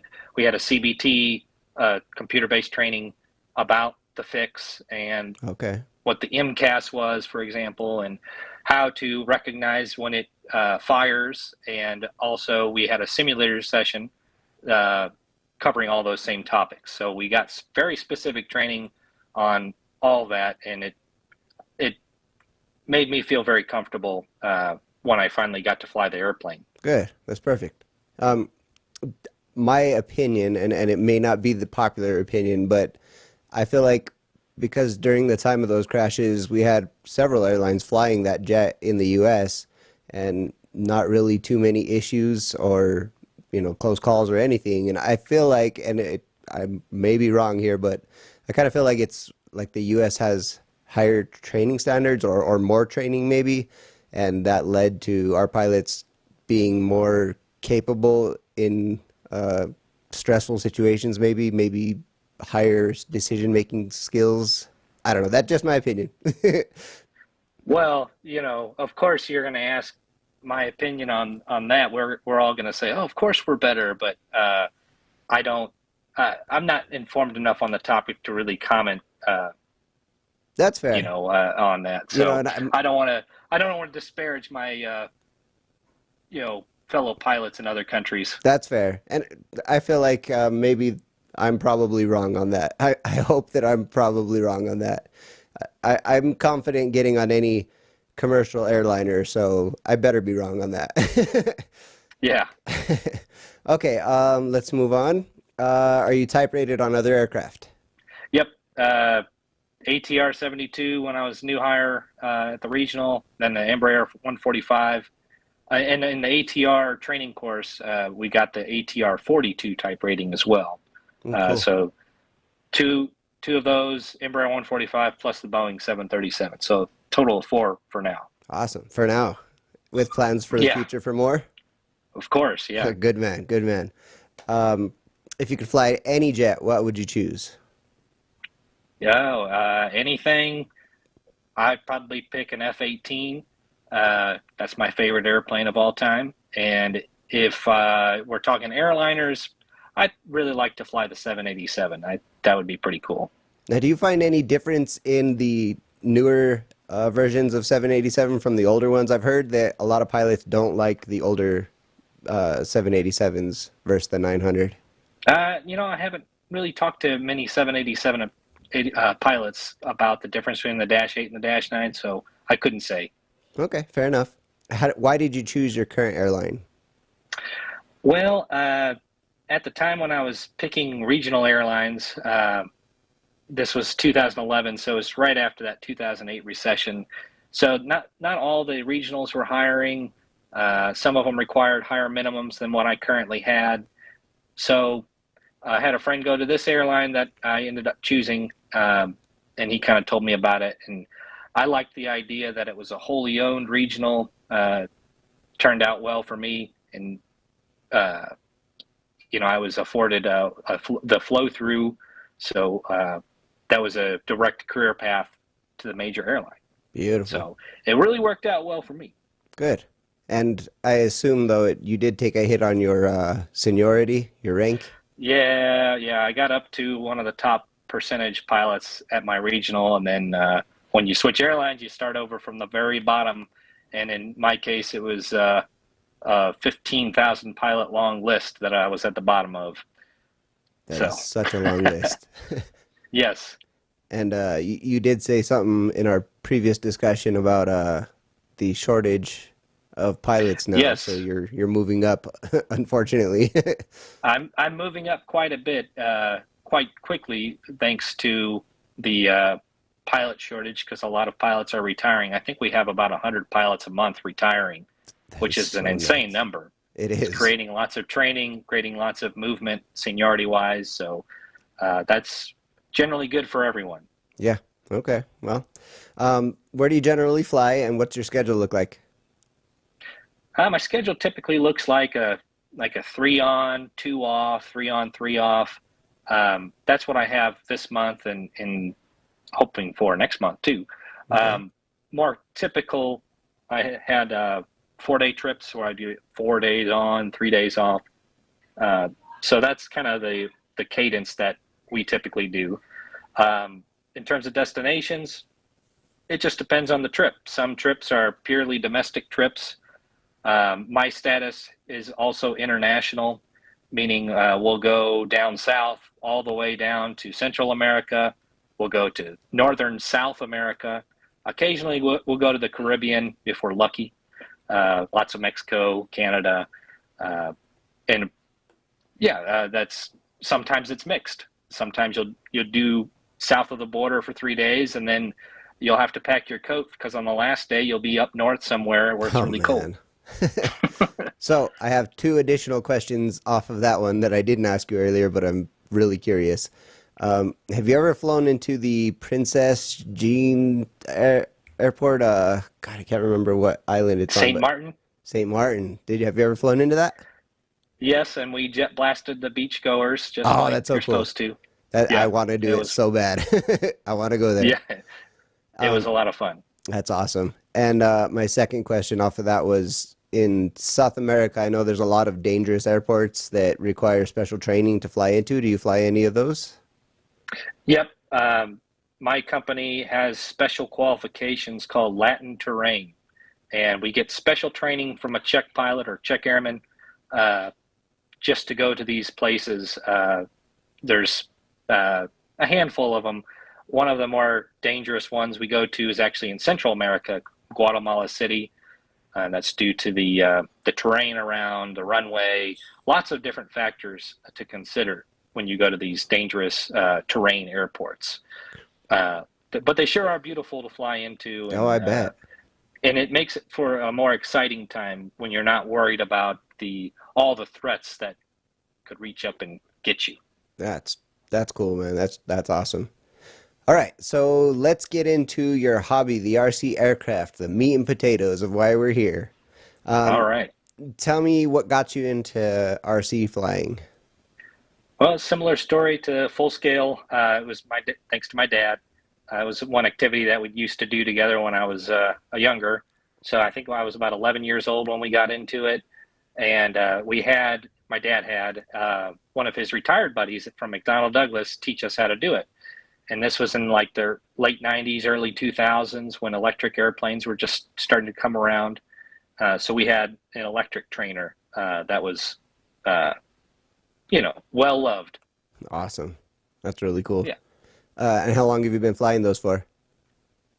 Since then, so I was 11 then, so 34 now. So 20 plus years with a little break in between Pretty typical story, actually. If you ever listen to any other RC related podcasts, when they interview somebody, they'll tell the same story. You go to college, you take a break, you start your family, start your career, no time to really participate in the hobby. But once my life settled down, I was able to get back into it about 6 years ago. Okay, well, you're a seasoned vet, it sounds like. How many do you own, and what types are they? I currently I had 9 fixed-wing airplanes. Now I have 8. Unfortunately, this past Tuesday, I crashed my favorite airplane. That's another story. So I've got 3 drones, which are racing drones. That's the other part of the hobby I like to participate in. And, of course, 1 RC car. What kind of car? It's just a Horizon Hobby. I think okay. it's called a Centon. Just like a little sand buggy. Oh, cool. Pretty fun. Yeah. It can go 50 miles an hour out of the box, so it's pretty cool. Holy crap.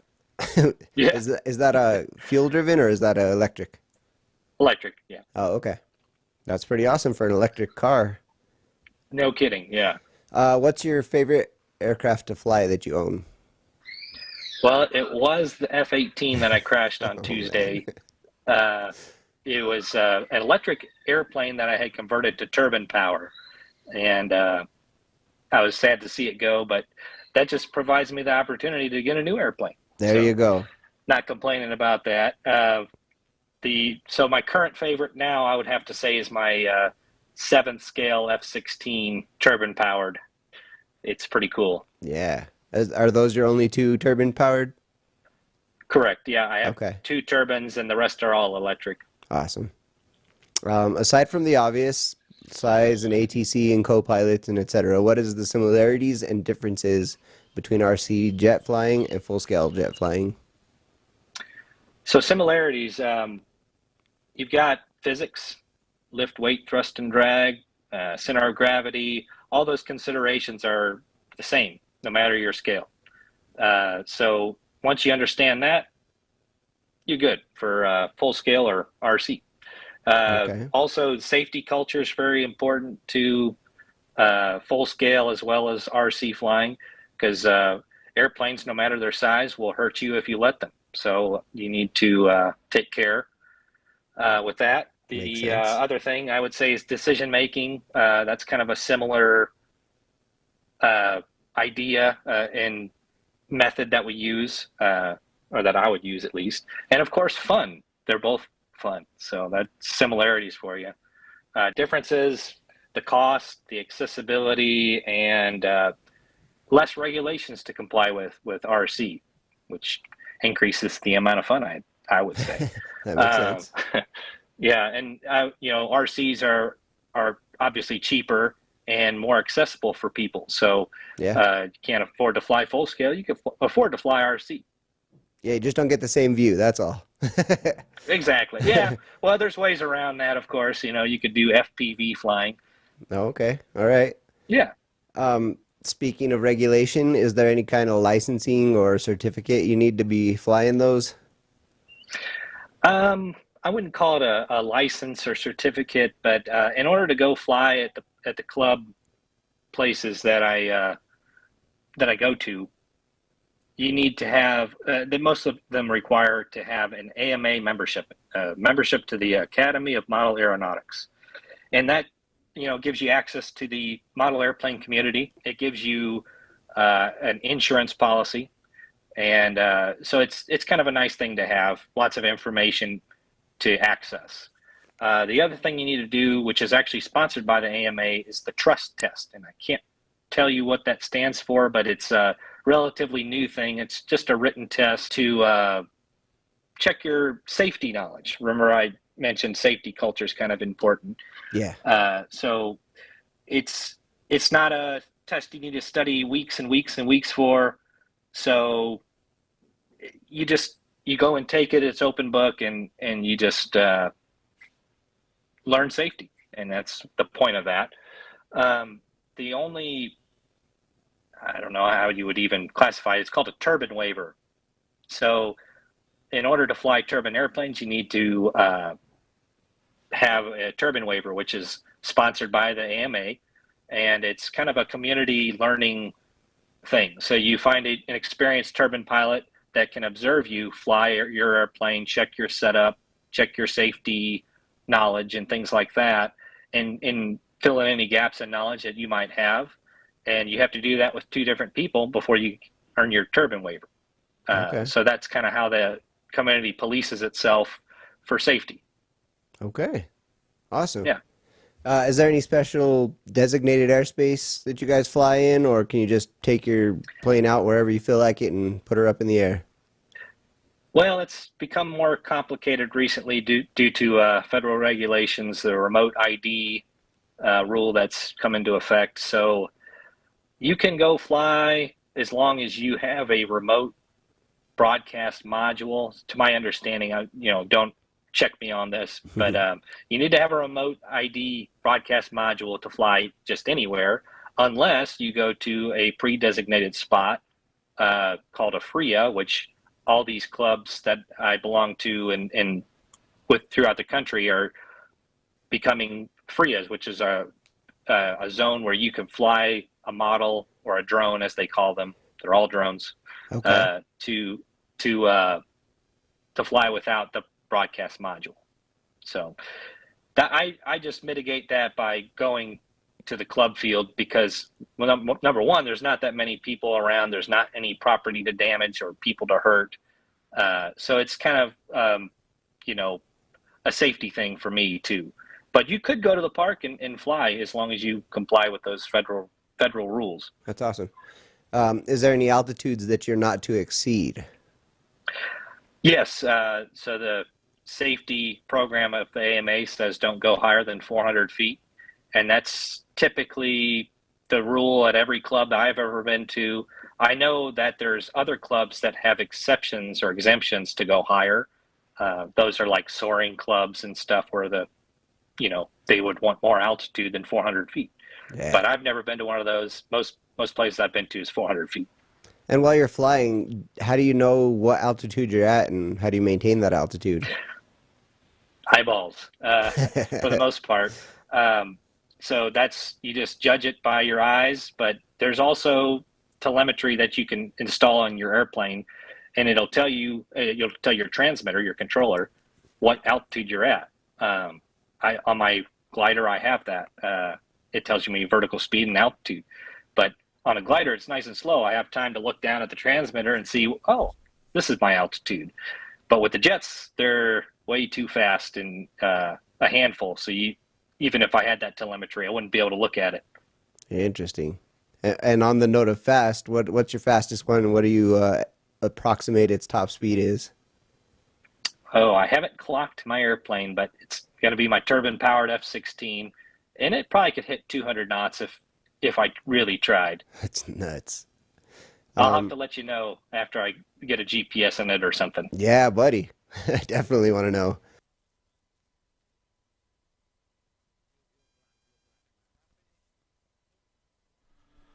Wow. I love that. I'd never really thought about how. I mean, I'm very lucky. I've got a lovely little drone that I don't spend anywhere near as much time flying as I really. Yeah, but you just go up and down with that. What? I always thought, not that I've had much experience with the drone, obviously, unlike yourself, but I always thought that they're probably a lot easier to control than an aircraft. Oh, like 1,000,000%. That's why I'm actually capable of flying it, frankly. But yeah, it's. I mean, and also they don't just go up and down, Carlos. You can actually fly them. Oh no, I know. You can. But it's just the whole. Yeah, but with the other thing as well is that there aren't many. I don't think there are many RC aircraft that have cameras, like front facing cameras. Whereas obviously with a drone or a UAV, you've obviously got that camera, so you can watch while you're controlling it. You can watch where you're flying in regards to the space you're in. Yeah, although I suppose that it is quite nice. I mean, you could take some amazing photos and stuff using a drone, which would be good. But thanks to James for that. Well done. And Matt, you were commenting on the setup that James had there in his home Yeah, studio. absolutely. I mean, the nerd of me is very excited. About the little Rodecaster desk, the mixer desk that he got, and the microphone, and the gorgeous looking guitar on the wall, and all that kind of thing. I need to know more about what sort of things you're playing, because that's just amazing. Love it. Very good. Love it. Very Yeah. Anyway, good. thank you very much, James. Thanks, That was James. a great video. Part 2 to come next week, of course. So next up on the show, it's obviously a big weekend here in the UK. Obviously, I think most people know what's going on here in the UK. I know Matt does because he's got lots of preparation to do. But for those who may not know, Matt, what is that thing that's going on this weekend? That's something called a coronation, I think. Yeah. Yeah. Some guy called Charles is Makes me feel hungry. I think he's getting a new hat. I think that's what's happening, if I recall correctly. A new hat. Yeah, new hat. Yeah. Very good. Yeah, Very good. yeah. Giving it to him in a big church somewhere. Yeah. So we've got a little piece Probably here that's London. in London. Yeah. Don't. Do you know what? I was watching the news this morning. There's people camping there last night Oh and yeah, tonight. yeah. Camping. Absolutely. Oh mate, if it weren't for the fact Central that London. if it weren't for the fact I had so much on, I would absolutely be there myself. I love it. I can't get enough of it. I love it. Camping in central London. God, if I park my Oh, van come or on, no. car there, it cost me a fortune. No, I love it. I love all the pomp. The one thing we do brilliantly here, and I know people, I get that lots of people don't like it, but I love it because I just love all the pomp and circumstance it's just I'm just so proud of our history and our heritage. I love it. I'm a big candy floss. royalist, and I know it's not for everyone, and I apologise. Obviously, I don't intend to offend, but I'm a big fan. I am. I love it. I can't get enough. Would you like some wine, Nev? Oh yes, please. Yeah. Okay. So Wow. we've got a very special little piece here, which is called "The Pilot King," written by Richard Mallory Alnett, chief editor of Warbird News. And we've got a little piece here each to read. But so I'll kick things off with this first part of this story. So as the UK prepares to crown King Charles III, Stephen Bridgewater looks back at the military flying career of the new monarch. So on Saturday, May the 6th, as in tomorrow, King Charles III of England will be crowned at Westminster Abbey here in London, England. While many pilots may think that they are kings of the sky, this king really is a pilot. While he was still the Prince of Wales, King Charles received pilot training from the Royal Air Force and also flew helicopters with the Royal Navy up until the 1990s. He would routinely fly himself to and from appointments in his aircraft belonging to the Queen's Flight, also known as Number 32, the Royal Squadron, Royal Air Force. Britain's royal family has long history. In fact, the first recorded flight by a British royal occurred back in July the 17th, 1917, when the future King Edward the Eighth, there we go, the Prince of Wales flew over northern France as a passenger in a Bristol F-2B. He would fly several times before the end of the conflict, including a trip over Italy with the legendary Canadian ace Major William Barker, VC, at the controls. However, upon hearing this, the prince's father, King George V, forbade him from flying any further, a situation which he endured until the late 1920s. The King's Flight, a brace of Westland Wapitis? Huh? Never heard of those before. Which arrived with Number 24 Squadron at RAF Northolt in 1928, became the first two aircraft in the King's Flight. The biplane, performing a VIP transport role, and in 1929, Prince Edward received permission to take flying lessons, whereupon he brought a de Havilland DH-60 Moth, registration Golf Alpha Alpha Lima Golf, which his younger brothers, the Dukes of Gloucester and Kent, also used to qualify for their pilot's wings.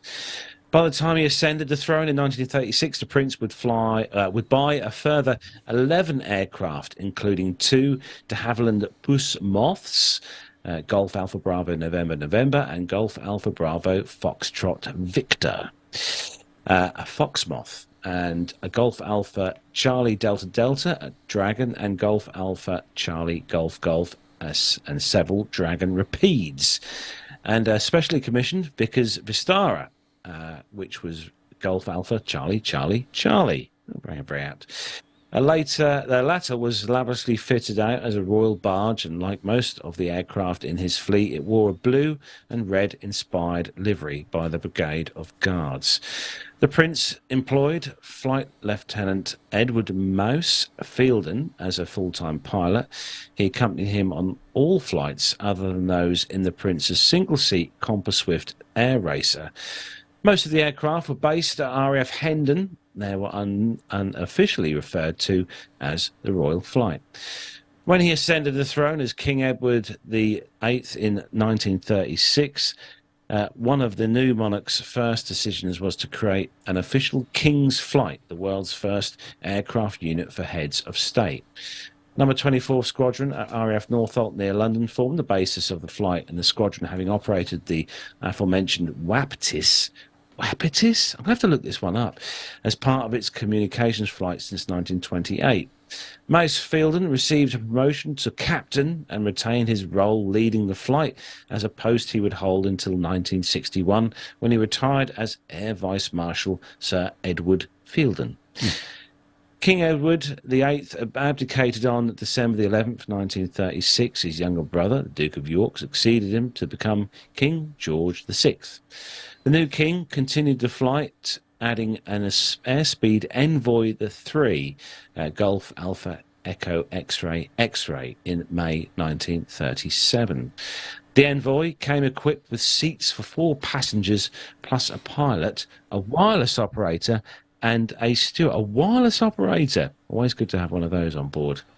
Matt. Indeed, yes. Her Majesty Queen Elizabeth II succeeded her father as monarch in February 1952, and over the coming years, the renamed Queen's Flight continued to grow. Although the Queen herself was never a pilot, her husband, the late Prince Philip, Duke of Edinburgh, was a keen flyer. It was therefore no surprise that the younger Prince Charles was allowed to follow in his father's wake, developing a passion for the skies. While studying at Cambridge University, the Prince began 2.5 years of flight training under tutelage of the then squadron leader Philip Pinney. Like other pilots of his era, the young Prince undertook his pilot training on the venerable de Havilland Canada DHC-1 Chipmunk, with Chipmunk T10 WP 903 allocated specifically to him for lessons. Unlike other chippies, the WP 903 wore a day-glow red livery and had a large rotating warning lamp dubbed the Parrot mounted atop the canopy.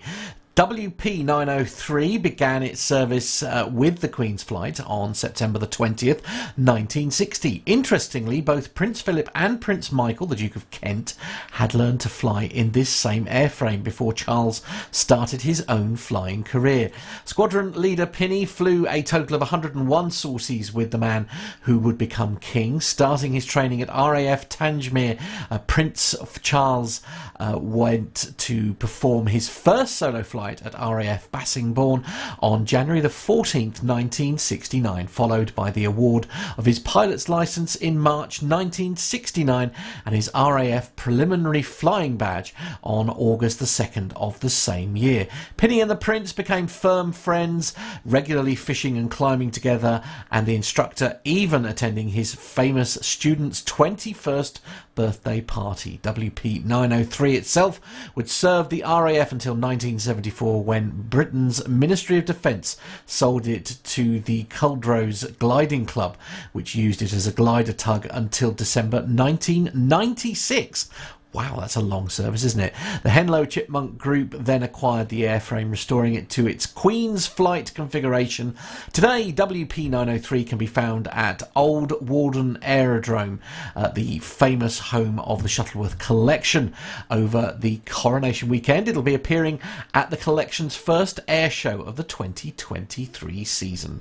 As a naval, so we're talking naval aviator now, after qualifying for the award of his preliminary flying badge on the Chipmunk.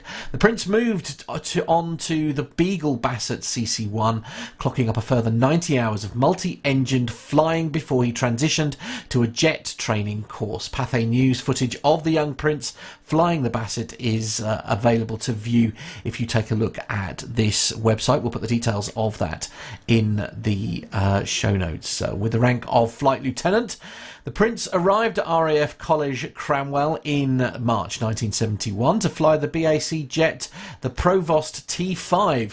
However, before he could take to the skies, he had to complete the same ground school, technical training, combat survival, emergency drills and cockpit procedures as the rest of his course mates. Prince Charles finally started his jet flying on March the 19th, 1971, with squadron leader, later Air Chief Marshal and Sir Richard Johns as his instructor. Now that's a name that's very familiar to us, of course. Whilst his time in the RAF was short, the training he received prepared Prince Charles for a military career in the Royal Navy and gave him his first taste of military flying. His Majesty transferred to the Commando Training Centre Royal Marines in Lympstone in Devon in 1972, where he qualified as a helicopter pilot flying the Westland Wessex Mark V. During his training, the Prince earned the Double Diamond Trophy as Best Pilot before moving to the 707 Naval Air Squadron and then to 845 Naval Air Squadron, flying the commando version of the Wessex from the aircraft carrier HMS Hermes. He received the command of his own ship, the mine hunter HMS Bronington, for the final 10 months of his active service in the Royal Navy, which ended in 1976. Despite stepping down from the military to concentrate on his royal duties, Prince Charles, now King Charles III, has remained close to the armed forces, and in 2012, Queen Elizabeth II awarded him the highest rank as Marshal of the Royal Air Force. The new king also holds the honorary rank of Admiral of the Fleet in the Royal Navy and ascended to the position of Air Commodore-in-Chief of the RAF following the death of Her Royal Highness the Queen Elizabeth II in September of last year. King Charles's two sons, William and Harry, also pursued careers in the military, with William flying Sea King search and rescue helicopters with the RAF, and Harry flying the Westland-built WAH-64 Apache with the British Army Care Corps. Yeah, well, the fact that Britain's new monarch was an aviator was not lost on Ukrainian President Volodymyr Zelensky, who used a historic speech in the UK's House of Parliament earlier this year to praise King Charles's support for Ukraine. Referring to the King's own Air Force training, Zelensky said, "In Britain, the King is an Air Force pilot, and in Ukraine today, every Air Force pilot is a king." Even after his military career was over, Prince Charles would regularly fly the aircraft of the Royal Flight. However, the monarch gave up flying in 1994 when the four-engine BA-146 airline he was piloting ran off the runway on Islay, an island off the west coast of Scotland. According to the official accident report, the aircraft landed with a tailwind component of 12 knots, following an unstable approach that was both above the normal approach path and too fast. The aircraft touched down on its nose landing gear and wheelbarrow, delaying the activation of the weight on wheel switches and hence the deployment of the lift spoilers and the selection of ground idle power. The weight on wheels switch activated with 509 metres of runway remaining, but the wheels then locked and the aircraft ran off the end of the airstrip and received damage. Thankfully, no one was hurt in the high-profile accident, but the Prince later commenting, "It wasn't quite a crash. We went off the end of the runway, unfortunately. It's not something I recommend." I was nearly did a Prince Charles impression there, but I stopped myself. Nevertheless, the future King Charles took the decision to ground himself following the accident, something which St James's Palace said at the time was a personal decision the Prince took on his own. Well, of course, we've got the coronation fly past tomorrow. But in June 1953, almost 300 aircraft overflew London to mark the coronation of Queen Elizabeth II, and the following month a special royal review took place at RAF Odeum. Well, there Her Majesty the Queen viewed a static park consisting of more than 300 RAF aircraft, and later watched a fly past of over 600 aircraft belonging to the RAF and Commonwealth Air Forces. Pathé News also created a short film covering the 1953 coronation fly past. Well, the fly past for King Charles III will be a far more modest affair, and of course this is depending on what the weather's going to do tomorrow, because it's a bit variable to say the least. But if everything goes to plan, around 60 aircraft will fly down the Mile in London and overhead Buckingham Palace at around 14:30 GMT. Types expected to participate include Juno, Wildcat, Apache, Merlin, Chinook and Puma helicopters, as well as Typhoon and F-35B fast jets, Texan T1 and Phenom T1 trainers, and heavies including the C-17 A400M Atlas, Voyager, P-8 Poseidon, MRA-1, RC-135 rivet joint, Envoy 4, the Dassault Falcon 900 and the C-130J Hercules. The latter type will be making one of its final public appearances before retiring from RAF service. That's going to be quite a sight, actually. Of course, no Royal Flypast will be complete without the Lancaster, Spitfires and Hurricanes of the RAF's Battle of Britain Memorial Flight and the iconic Scarlet Hawk T1s of the Red Arrows. So no matter what the weather's going to do, one thing seems certain: Britain's new king will be looking up at the flypast with nostalgic eyes and perhaps a twinge of envy that he's not in the cockpit himself. And I'm certainly hoping, where I'm sitting here in Buckinghamshire tomorrow, at least some of those aircraft might fly over me on the way there or on the way back. So I can't wait. Yes, and of course, don't forget, if you want to see I think it's either that one or one of the 146s. There's one of these at Duxford now. Yes, there is. That's on display. 32 Squadron of the Queen's Flight that's based over at Duxford, absolutely. Yeah. When I last saw it there early this year, it only just arrived, but I think they're going to be moving that inside to one of the hangars inside the. Yeah, I do hope so. It'd be a bit tragic if that ended up with lots of weather damage and what have you, wouldn't it? Yes, absolutely. No, we didn't do one last week, but this week it is time for a book giveaway. Obviously, as you may know, if you watch the show, Nev's got about 6.5 million books in his home studio there that we want to give away as prizes. And Nev, you've got the book, so over to you. What are we giving away this week? Well, this week it's a really special one, and we've mentioned him already on the programme. It's Sir Richard Johns with his book called Bolts from the Blue. Now, actually, this is a very special one for us because it was the very first long-form interview that we did on the show. We got our good friend Captain Nick Anderson to conduct the interview for us, and what a response we've had from it. It's been absolutely fantastic. Well, I've got another copy of Sir Richard's book here, which has been very kindly given to us by Grub Street Publishing. So the question for this week, well, we already mentioned, of course, that Sir Richard Johns was actually responsible for part of Prince Charles's training back in 1971.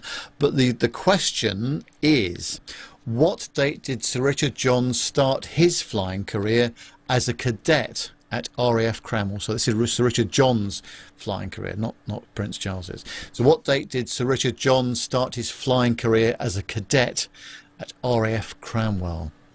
Please send your answers to podcast@planetalkinguk.com. Do not put the answer in the chat room because it will not be counted. Make sure you send us your entries by this time next week, and we'll read out the winner on the show, and I will post the book, as I always do, on a Saturday morning, first class post to wherever you are in the world. It's a fantastic read. It's over 320 pages. It's a incredible insight into his career in the military. Fascinating read. And of course we've got the playlist on YouTube, on our YouTube channel actually, which shows all the episodes of the interview that we did, or that Nick did, with Sir Richard Johns. A fascinating series of videos. So the question again is, what date did Sir Richard Johns start his flying career as a cadet at RAF Cranwell. Podcast at planetalkinguk.com is the address to send your answers to. Yes, and you could be in with a chance of winning that. And don't forget, we'll be running a competition like this as often even as we can each week on the show. So you'll have a chance to win one of Nev's many books each week on the show. So just quickly again, Nev, that question for our listeners. So what date did Sir Richard Johns start his flying career as a cadet at RAF Cranwell? There we go. As easy as that. Right, we're going to start to wrap up the show then, episode 455. Social media links, we'll have a quick look at that. Where can you find us online? Well, you can find us on Facebook, Twitter and Instagram. Just search for Plane Talking UK. It's as easy as that. Our WhatsApp number is +44 757 22 491 66. If you want to send a picture and have it on the green screen behind me here or behind Matt in here in home studio. And if you want to send some pictures of your aircraft models into that WhatsApp number, we'll bung them on the green screens here so we can all show them to the listeners on the show. Email us, podcast at planetalkinguk.com. Send your answers into the competition there as well. Feedback, if you want to send in, love to hear your feedback for the show. Tell us what you love on the show. We'd love to hear from you. And also the website, all the w's.planetalkinguk.com. On there you'll find all the links to Patreon and PayPal if you want to become a donator to the show. Everything helps. $1, $2, it all helps. And you also got the links on there to our shop where you can get yourself one of our PTUK t-shirts in various sizes with the embroidered logo on the front and the print on the back. Very good quality t-shirt. 100% cotton t-shirts they are. Very good indeed. And you can also get yourself a grey mug, a grey military PTUK mug, or you can get yourself a normal PTUK mug if you fancy that as well. And we've already had an order coming this week, Matt. I need to pass that on to you actually for some mugs this week. Oh, have you? Oh, okay. So I'll pass that on to you. But get yourself a grey mug or a PTUK mug, and obviously you can find out more about the team on the website as well. There's all the various bits and pieces on there, so you can find out more about us. Actually, I'm just going to go very back quickly. I know we were talking about the Prince Charles thing there. Of course, don't forget, George Lee, MBE, also instructed Prince Charles, as he was then, on his first and only glider flight. Bless you, we man. did sorry, that went well, didn't it? We did an interview with him too. We interviewed George Lee, not King Charles, obviously, just to clarify. But some great interviews on our YouTube channel. By the way, just for your information, when I logged in today, apparently it is our official YouTube channel birthday today. Huh? Yeah. Yeah, according to Facebook, not Facebook, YouTube. Today was the launch day of our official YouTube channel. We did do one test stream on my YouTube account many years ago, but yeah, apparently the birth of our YouTube channel was officially today. So there you go. Oh, isn't that nice? Yeah. Yeah, absolutely. And I should say the only reason I know that is because when I logged into creating the link for today's show, it popped up as a little congratulations box when I did it. So there you go. Oh, well, nice? thanks. That's nice. Yeah, Yes, very nice. Indeed. Very nice. Indeed. Not the birth of the show, I should say. We were going a lot longer before. A lot longer before that. Oh, yes. Yeah, yes. indeed. But that is where we are unfortunately going to have to bring episode 455 to a close. Loads of great stuff in the show this week. Big thanks to everyone who's worked on the show in the background. I know John has done loads of work today on the show, so big round of applause to John, as always, for all his work today on the show. And thanks to all the team, as always, including Armando, who did make it for the first half hour of the show. He's in the air. He's flying, bless him.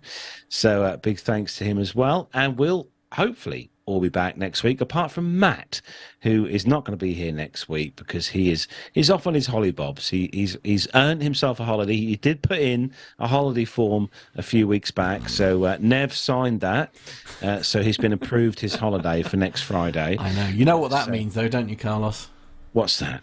Means you'll be sat here next week. That means that next week we might be live at 7 p.m. We might on Friday, yeah, indeed. or we might not.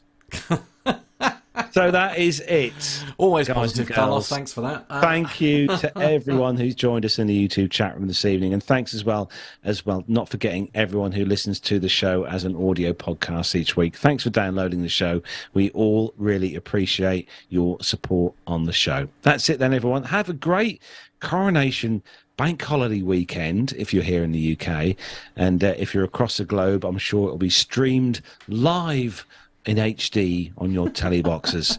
So from me, Carlos, here in the home studio, from Matt in the P2K Master Suite studios, from Nev in his glorious studios at home, and from John, who's the voice in our ear. Take care, everyone. Have a great weekend. We'll see you next week. Bye-bye. Bye.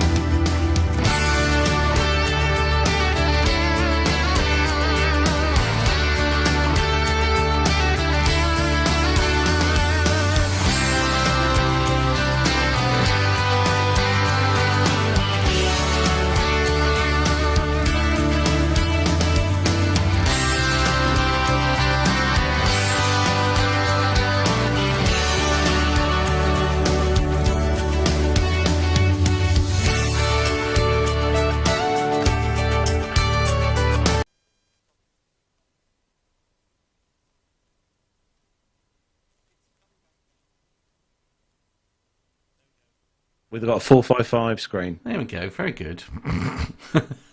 And that's the moment it chooses to have a little bit of a wobble. Of all the Honestly, right. times, I mean, it's good YouTube timing, to be fair. screens. Good timing for it to go brilliant. all do lally tap on us. Yeah, never mind. Yeah. All part of the fun. They were there. That was all there.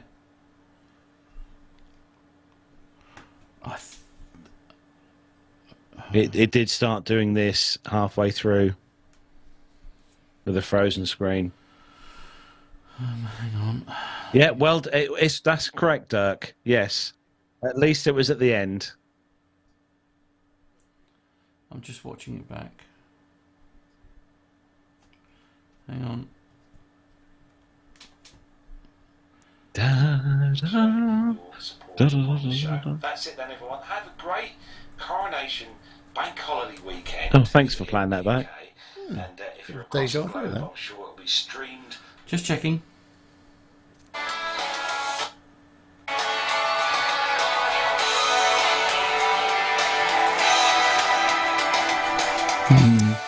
Yes. Sorry, because it's easier for me to hit the go button again now, basically, because then I could still keep it in YouTube. Alright, so it's done the social media, it's now just doing... sorry, bear with us, everyone. Oh, dear.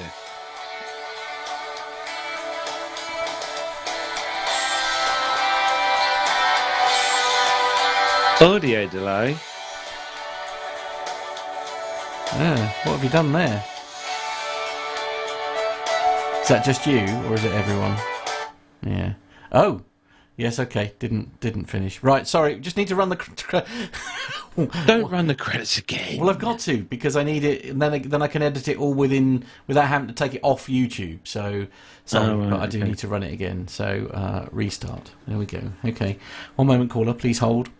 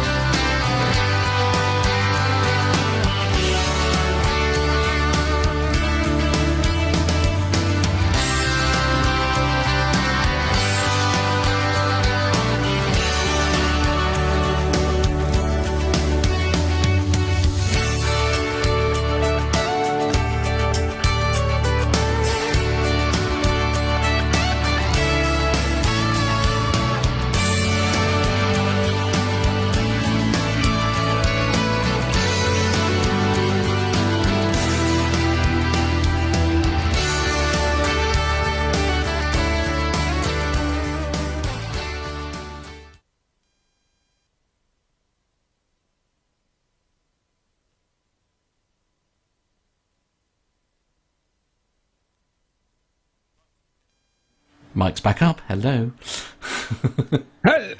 Yeah. Sorry about that. Technical unnecessary, glitch. wasn't it? Yes, I'm sorry about that. Right at the very end as well. Pretty typical, isn't it? Never mind. As I say, I'm glad we sort of spotted it and corrected it now because it's very easy to put it right now. So, yes, I have the show on TV and on laptop for the chat room. Ooh, look at this. Look at the fancy ways people are watching and listening to us these days.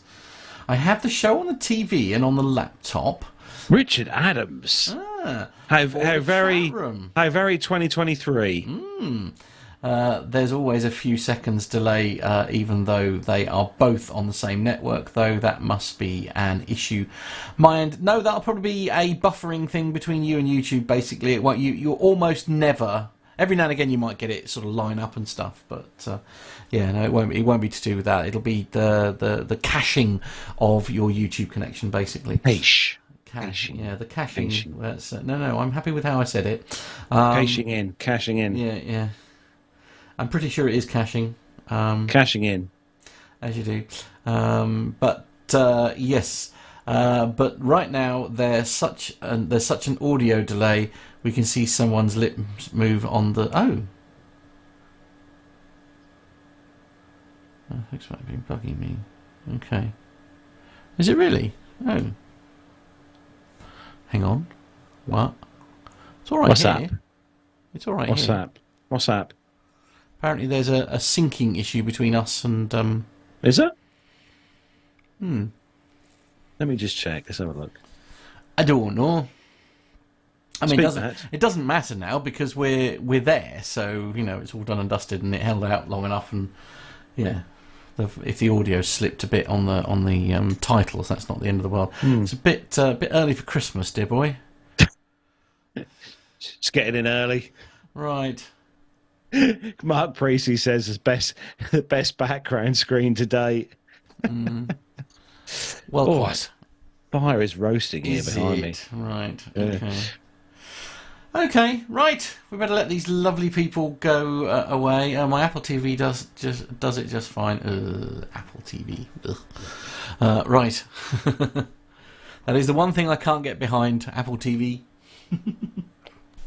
Nick says approximately 1 second delay on audio. Oh well. Okay. Fingers crossed then it'll be sorted. But oh, hello, he's lost his back. Oh, look, there we go. That's what his studio actually looks like. Look. Yeah. Green screen. Green cloth. Oh, it does need an iron. Carlos, I'm very disappointed in you. This is better.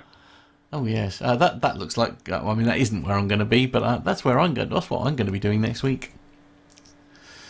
I don't think I'll be going anywhere near a beach, though. Well, we'll probably go for a walk on the beach. You're saying you're going to be in this situation next week. That worries me because I'm thinking of a Tom Hanks film here. Oh, are you? What, Castaway? Mm. Right. Okay. Why is that the Castaway? You're not going to be on an island, are you, with a friend called Wilson? Ooh, hope so. Sounds like fun. Yeah.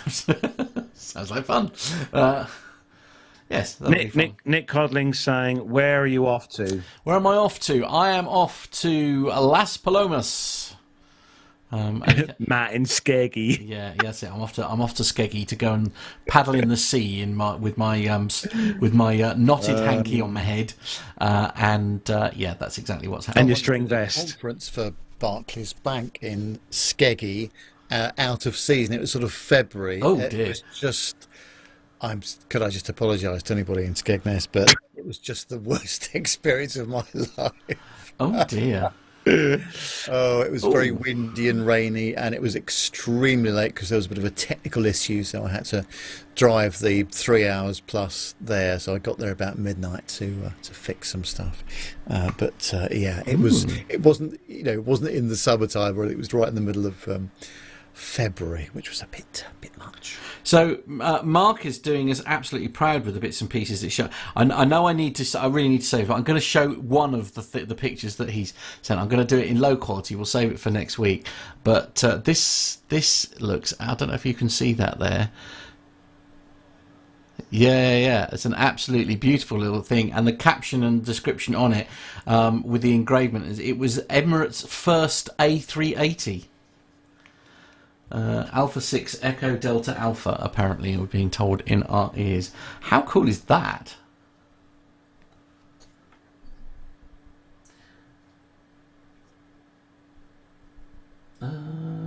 Can't see. Shameless promotion. Look, you too can have one of these behind me. Look, if you go to our website, if you go to our website, you can have one of these behind us here. The PTUK t-shirts. Yes, they're very nice. Nice fit, aren't they? Nice. They are actually. It's quality materials. Yeah. Quite like the shirts we've got now. Actually, they're good. Our dress shirt, our formal shirts. Indeed, yes, they're very smart. Matt, Carlos, keep up the. Oh, thank you, Mark. Yes, Carlos is on the breakfast show tomorrow, so we better let him go. Yeah. Yeah, so we're swapping tomorrow. So because grab this glass of. Yeah. Oh, hold on. That'll help. Oh, there we go. Actually, to be fair, the one that you've got is not. That's the. Oh, that's empty. Worst thing, yeah. It's the worst thing I think I've ever seen. Nev, what are you up to this week? No flying, but lots of driving again. Leeds and back in a day, which is a bit of a slog. On Wednesday, I should be at the Media Production Show at Olympia, visiting my professional audio and broadcast colleagues, see if I can get some swag from them, T-shirts and useful things like that.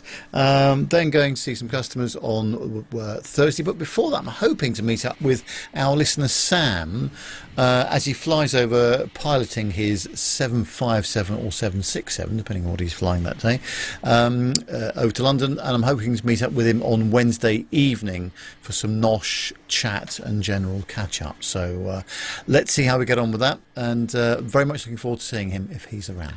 Indeed. No, that sounds good. Hopefully, will you have a chance to record us a little something while you're there, sir? I think I'll probably take my little Tascam recorder. Love that. Yeah, absolutely. And why have I got to record something? What have I done wrong? Because you're going on an airplane. Oh, right. Okay. Indeed, yes, I will be going. What are you doing? So I've just got an A380 just coming in. Oh. Right. Okay. You can see he doesn't get out much, can't you? Yes. Sorry, it's a busy job, this controller job. Yeah, well, yes, quite, absolutely. What have I got to record then? Tell me what I've got to do. Sorry, somebody explain.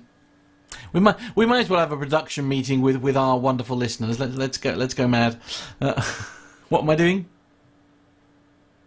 You're going to record something on the aircraft, or actually, you haven't told us what airline you're flying. Bit of a Nev's passenger experience. Oh right, okay. Yes, I am flying EasyJet. Oh, EasyJet, yes, absolutely, from Luton. So wish me luck with that. Oh, have you informed one of our loyal listeners who is a very good friend of certain airline? Ooh. Who's based at Luton? The one beginning with A or the one beginning with M? M. Oh, okay. You haven't, have you? No, I haven't. Oh, okay. I'll leave that in your capable hands, shall I? I mean, he might even be in the left-hand seat of the aircraft. I mean, if he is, that would be absolutely beyond ridiculously awesome. But I shall message him now. When are you off again? I don't know. Shall I see? Monday. Does everybody want to know what my? So it's actually Tuesday. I'm flying. Shall I? You know, because everybody likes to stalk. Shall I try and find my flight number? Hang on. Let me see what I can do. I've got to find it. Nobody's in a hurry, are they? Tuesday. I mean, it is like very, very late where John is, but bear with, hang on. Let me see what I can do. Manage booking, that might do it. Oh, there we go. We're cooking with gas. No, I don't want to remove it. Cancel booking? Yeah, that's fine. Yeah, that's. I was a bit worried. That's change. Say. Oh, hold on. I've got 777 just coming in. No. Fortunately, it's on a WhatsApp. It's all right. It's fine. I'll find it. I'm just trying to find. Would it be under there? I don't want to amend the booking. How do I look at the booking? Okay, I don't get this. I'm a bit concerned that you're fapping with your booking live. This is The potential for going horrible. could end in tears very easily. Matt's though sitting at the back end, seat 9000Z. Oh, here we go. I've got it. Are you ready? Go on. So it's departing Luton 3:00 Tuesday PM, and it's Echo Zulu Yankee 2309. There you go. And then my return flight is Echo Zulu Yankee 2310. There you go. Don't forget the breakfast Guinness, Matt. I don't know if I could do Guinness. Cider, now we're talking. Guinness for breakfast? Yeah. Jeez. I mean, it's full of protein and, it's good for you. Blimey. Yes, Full of iron. the iron content, surely. Yeah. You'll make the detectives go crazy in the airport. Right, okay. I'm not quite sure it's that kind of iron, but yes, indeed. Yeah. So there we go. Yes, that's. I think that's. Oh, Matt's now replying to me. Is it? Oh God. Mm. Yeah, he won't be flying. He said that flight's cancelled. Is that? Yeah, probably. Yeah, that's where it'll probably go. How long did it take you to? Too long, Dirk, is the short answer. Are you? Have you chosen your particular seating? Yes, or I can tell you what seat it is if you like. It's not 1A. I can tell you that much. Yeah. Well, I mean, it's I guess it does have a 1A. You must have chosen over wing. I don't know because I'm sitting with the people I'm going with. So bugger them! Just go and sit. Right, You've done this show long enough now. I'm not really sure. You know where to sit. I'm not really sure. You know where how to it sit. Works. Okay. I don't know. Is the short answer? I don't know. But I don't know how I even looked that up. I have to track this. Matt is flying Luton flying Luton all the best, Matt. Thank you, Mark. I may need it. That's what I'm worried about.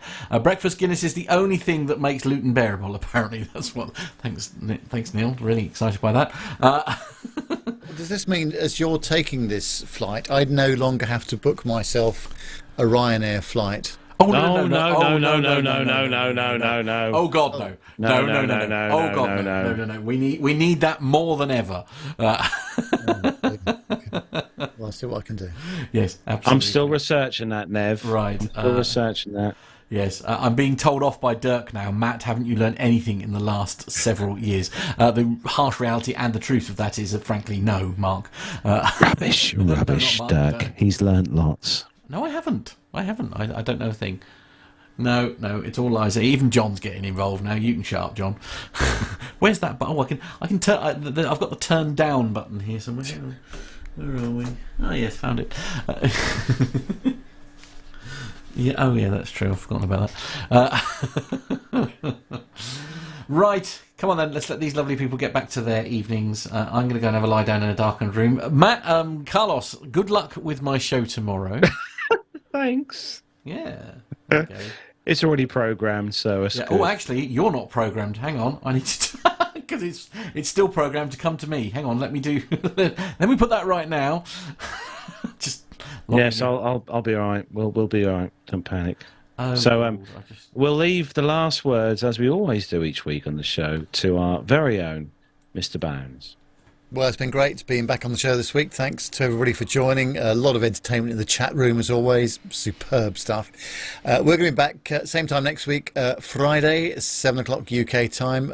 Very much look forward to your company then, where the show will be driven by Carlos. So that's going to be a lot of opportunity for technical challenges, I'm sure. But we'll get through it. We'll be playing another interview from our day out at East Fortune at the National Museum of Flight. So make sure you stay tuned for that. In the meantime, have a great bank holiday weekend and stay safe. See you next week. Bye for now.